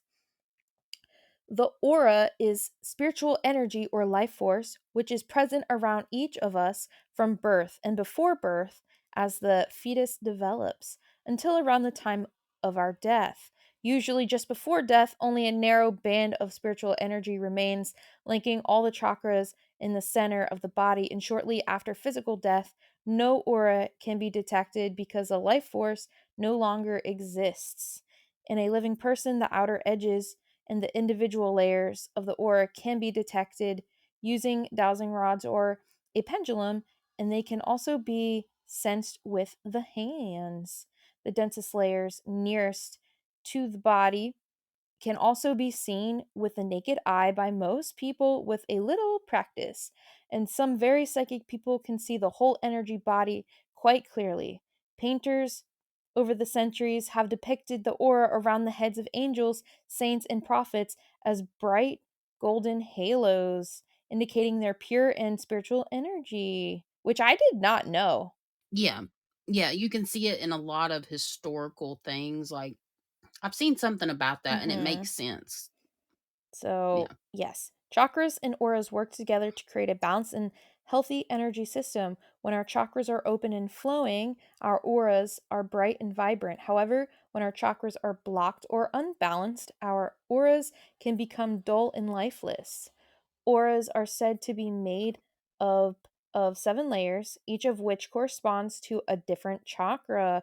The layers of the aura are the physical layer associated with the physical body, emotional layer associated with the emotions and feelings, the mental layer associated with thoughts and ideas, the astral layer associated with dreams and visions, etheric layer associated with the soul, celestial layer associated with the divine, the catheric layer associated with the source of all creation. There are 7 main colors of auras, which are red, orange, yellow, green, blue, indigo, and violet. And um, those are just the main colors, but you can have like white, browns, blacks, and grays. Um, Yeah. And those are the ones you don't want, and yeah. it's like muddy colors. The muddy colors is where, like, even in when you get the reading done, and I mean, I'm not trying to beat a dead horse here, but it's a part of what we're talking about the biotechnology machine, the duller the color, the more mixed it is with other colors, and it needs to be Hmm. cleansed as well. You do not want black, definitely. Gray is not necessarily the greatest. Brown is not good for sure. And going back to the whole thing, the paintings you were talking about, I was literally just thinking, at the crown there was a bunch of white light or white coming out of the top of my head. So I think it could be associated with everybody. That is now not everybody's going to have that though. It depends on how spiritually connected you are. So it's a very interesting Hmm. concept, really, if you think about it, because it exists with Yep. other people, like not just necessarily angels and beings, but or angels, but other Hmm. beings. Yeah, because, like, if let's say you're doing channeling or you encounter a spirit, like, one way of discernment, you can look at their aura or their energy field and see what color it is. Even orbs. If it's black, it's most likely not good. Right. And I mean, I'm not even joking when I say, like, at the beginning of this episode, a big black orb. It was probably the size of a kiwi. We'll say like a kiwi, because they're smaller than other, like a lime. Was it key lime? Not kiwi, but Mhm. a key lime. 'Cause they're smaller than kiwis, and it was literally, yeah, it was literally just flying past my room when I was talking about this Mhm. stuff.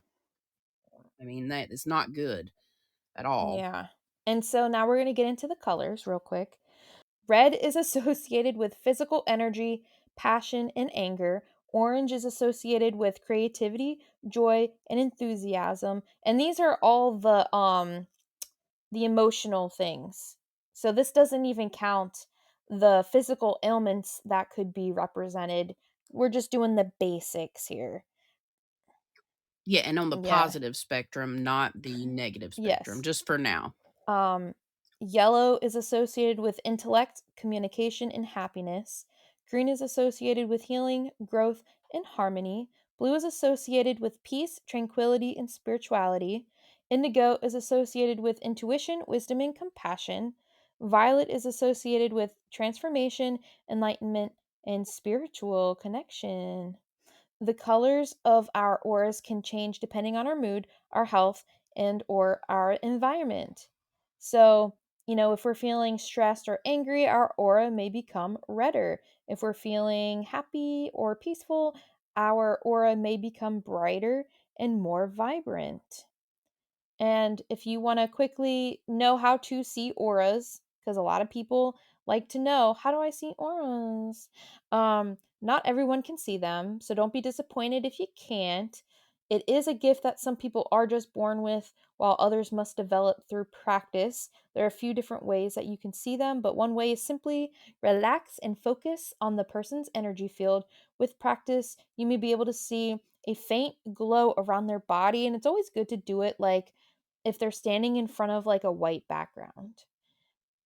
hmm Yeah. Another way to see auras is to use a Kirlian camera. This type of camera captures the energy field around an object, and it can be used to see auras. Finally, you can also see auras through the use of meditation. By meditating on the person's energy field, you may be able to see it more clearly. There's some recreational ways we will not get into, but Right. Right. But don't forget the biopulsar technology uh-huh. machine. I just keep forgetting what it's called, okay? It's fine. It's fine. I'm just saying, I I was trying to know. make it funny, but I mean, I think people know by I know. now. I was just reiterating. Anyway, Anyways. the benefits of seeing auras. There's quite a few benefits, but gain a better understanding of yourself and others. Identify areas of your life that need attention, and or like if you have any ailments that maybe you don't know of, or ailments that you do know of.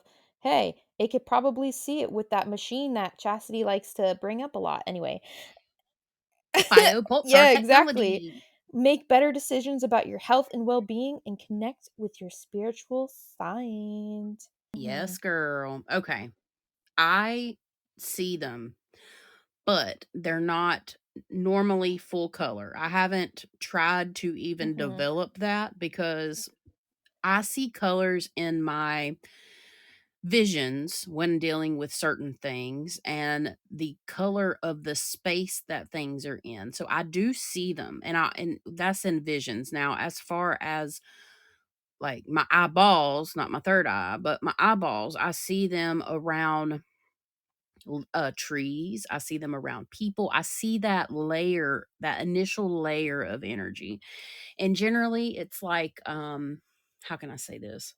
I've always seen them. I thought that's the way you're supposed to see things. Like I've always seen everything with like almost an outline in a way. Like a and it's not Mm-hmm. colored, but I something I would like to try to develop. I'd be interested if I could, but I can see energy. I know that sounds really strange, but I can. I can see energy coming off of different things. Even sometimes I can see energy like outside, like I know there's something there because in one particular point of, and not like all of my vision, but like V was standing out in our backyard one time and I was looking at him, and right beside him was like this blurry energy. And it was like a oval and it was just see-through, translucent, but it was blurry. And that's, I see like literally when you see spirits and stuff too, it's almost like looking through the air. You have to look in Mm-hmm. between the air, not necessarily across the room. You're looking Betwixt. betwixt. Okay. So I just wanted to add I that can in do real that fast. too. And when I went to that haunted house, because the air was so thick, it was so much easier to see spirits in that house. And I was able to see a spirit on one of the beds, and it was like a black figure. And then I could see the outline of it was like reds and oranges. And this thing was nasty. He was a nasty mofo. But like the Yeah. air thing, like seeing between the air and stuff, I can see the air normally. Sometimes it just takes me a little bit to focus, but I can see the air and it's weird. And when I tell people this, they're like, "What are you talking about?" It kind of reminds me of TV static, but like air. Yeah. And yeah. Yeah. I'm the same way. It's really interesting you say that because as I mean, I don't have poor hmm sight. Now, I'm not gonna lie. Like I guess I should wear glasses. I think it's 20/30 in one eye and 20/40 in the other. So it's not that bad, but generally there's a difference. I don't know how to explain it either, but I know Yeah, and what you're yesterday talking when I about. was channeling, I could really see it. I can literally see the air moving in waves. And because I sprayed the sage spray, I could really see it moving in waves. It looks so cool. Right. And a little bit of a trippy side note, I have seen geometrical patterns in the air during some type of healing medicine experience. Just to say that, like, I actually, and this was obviously not in a completely normal state. We'll just keep it at that. But I have seen the air that way too. And it is very geometrical and it's very interesting. And a lot of things are geometrical, even the chakras and Mhm. stuff. So geometrics and then it's composed of atoms and all this kind of stuff. It like brings everything full circle. This has been one hell of an episode, but I guess what? We all learned something, okay? If you didn't learn anything from this, I'm so sorry. You ain't listening. We need you on the show. So just yeah, if you're interested in coming on the show, just email us at lights at midnight podcast at gmail.com and you come teach Mhm. us. Okay. Okay. Okay. But so Yes, I was gonna yes. Well, say, with the whole magnetic field stuff that you were talking about, and chakras and the aura, like the aura is part of a person's electromagnetic field. So that's how it comes full yes. circle, and how your Yep. body and your chakras influence that, but also can influence other people. So that's why it's important that we discuss this, because we can influence other people and their energies. That's why it's important to just take care of yourself. Yeah. Yep. And project love Mhm. in general. Even that's why, some religions teach Mhm. forgiveness. There's value in that. That's why they teach unconditional love, love thy enemy. There's a reason for Mhm. all that. It really is. And one thing that we did not mention that I'm just going to lay down and walk away from is the earth has chakras too. Mic drop. So everything, if we as a physical being have chakras, why can't other things too? And it's like a known thing about the earth. So everything has these chakra points. Okay. So maybe we'll save that Wait, I have for a a later question. episode I'm or having a season I'm having a 2. Dun, mind dun, blown dun. moment though. So we have the Okay. quantum realm, right? Or the quantum, how everything in existence is part of this quantum realm. And so we are part of the quantum realm, and within part of us are a quantum Absolutely. realm, but like we're part of space, and the earth is part of Yeah. space in this quantum realm. Yeah. And if the earth has chakras, that also means they have meridians and nadis, which then we go to ley lines, are the Yeah, yeah, exactly. Exactly, because we have the meridian line. There's actually things named after that, and that's what I'm saying. Like it's we are all all yes, connected. Mic drop to the a- times two. absolutely. Yep, one love. One love. Yep. Anyway, Well, guys, it's been a wild I'm ride. having my reading rainbow moment right now. Earth down below. Hills, yeah, Dun dun dun dun. Dun, na, na, na, na, na, na. Oh wait, that's from Fortnite. yeah. I was like, wait a minute. Anyway, You're talking about just take reading a look. It's in a rainbow. book. It's reading rainbow. Oh. But yeah. So guys, just remember energy mindfulness. They are super awesome, cool. Description box down below. Remember Kevin, where the weird ones are. We premiere on his channel. You can find it on YouTube and see our big heads, or you can go listen on Spotify. He's a super awesome dude. Definitely be on the lookout for that because it will already be available at a YouTube screen near you. And we have some super awesome things planned. We have a lot more special guests coming. Again, this episode was a part of our Origin season 1 naturally, but this is our edumacational part, okay? Education. And as edumacational part, And yeah, we have a lot more in store for the rest of season 1 Origins. So with special guests, we kind of have it almost equaled out with what's left. Like it's half special guests and half episodes. We were shooting for 30, but it looks like it's going to be Angel number? 33.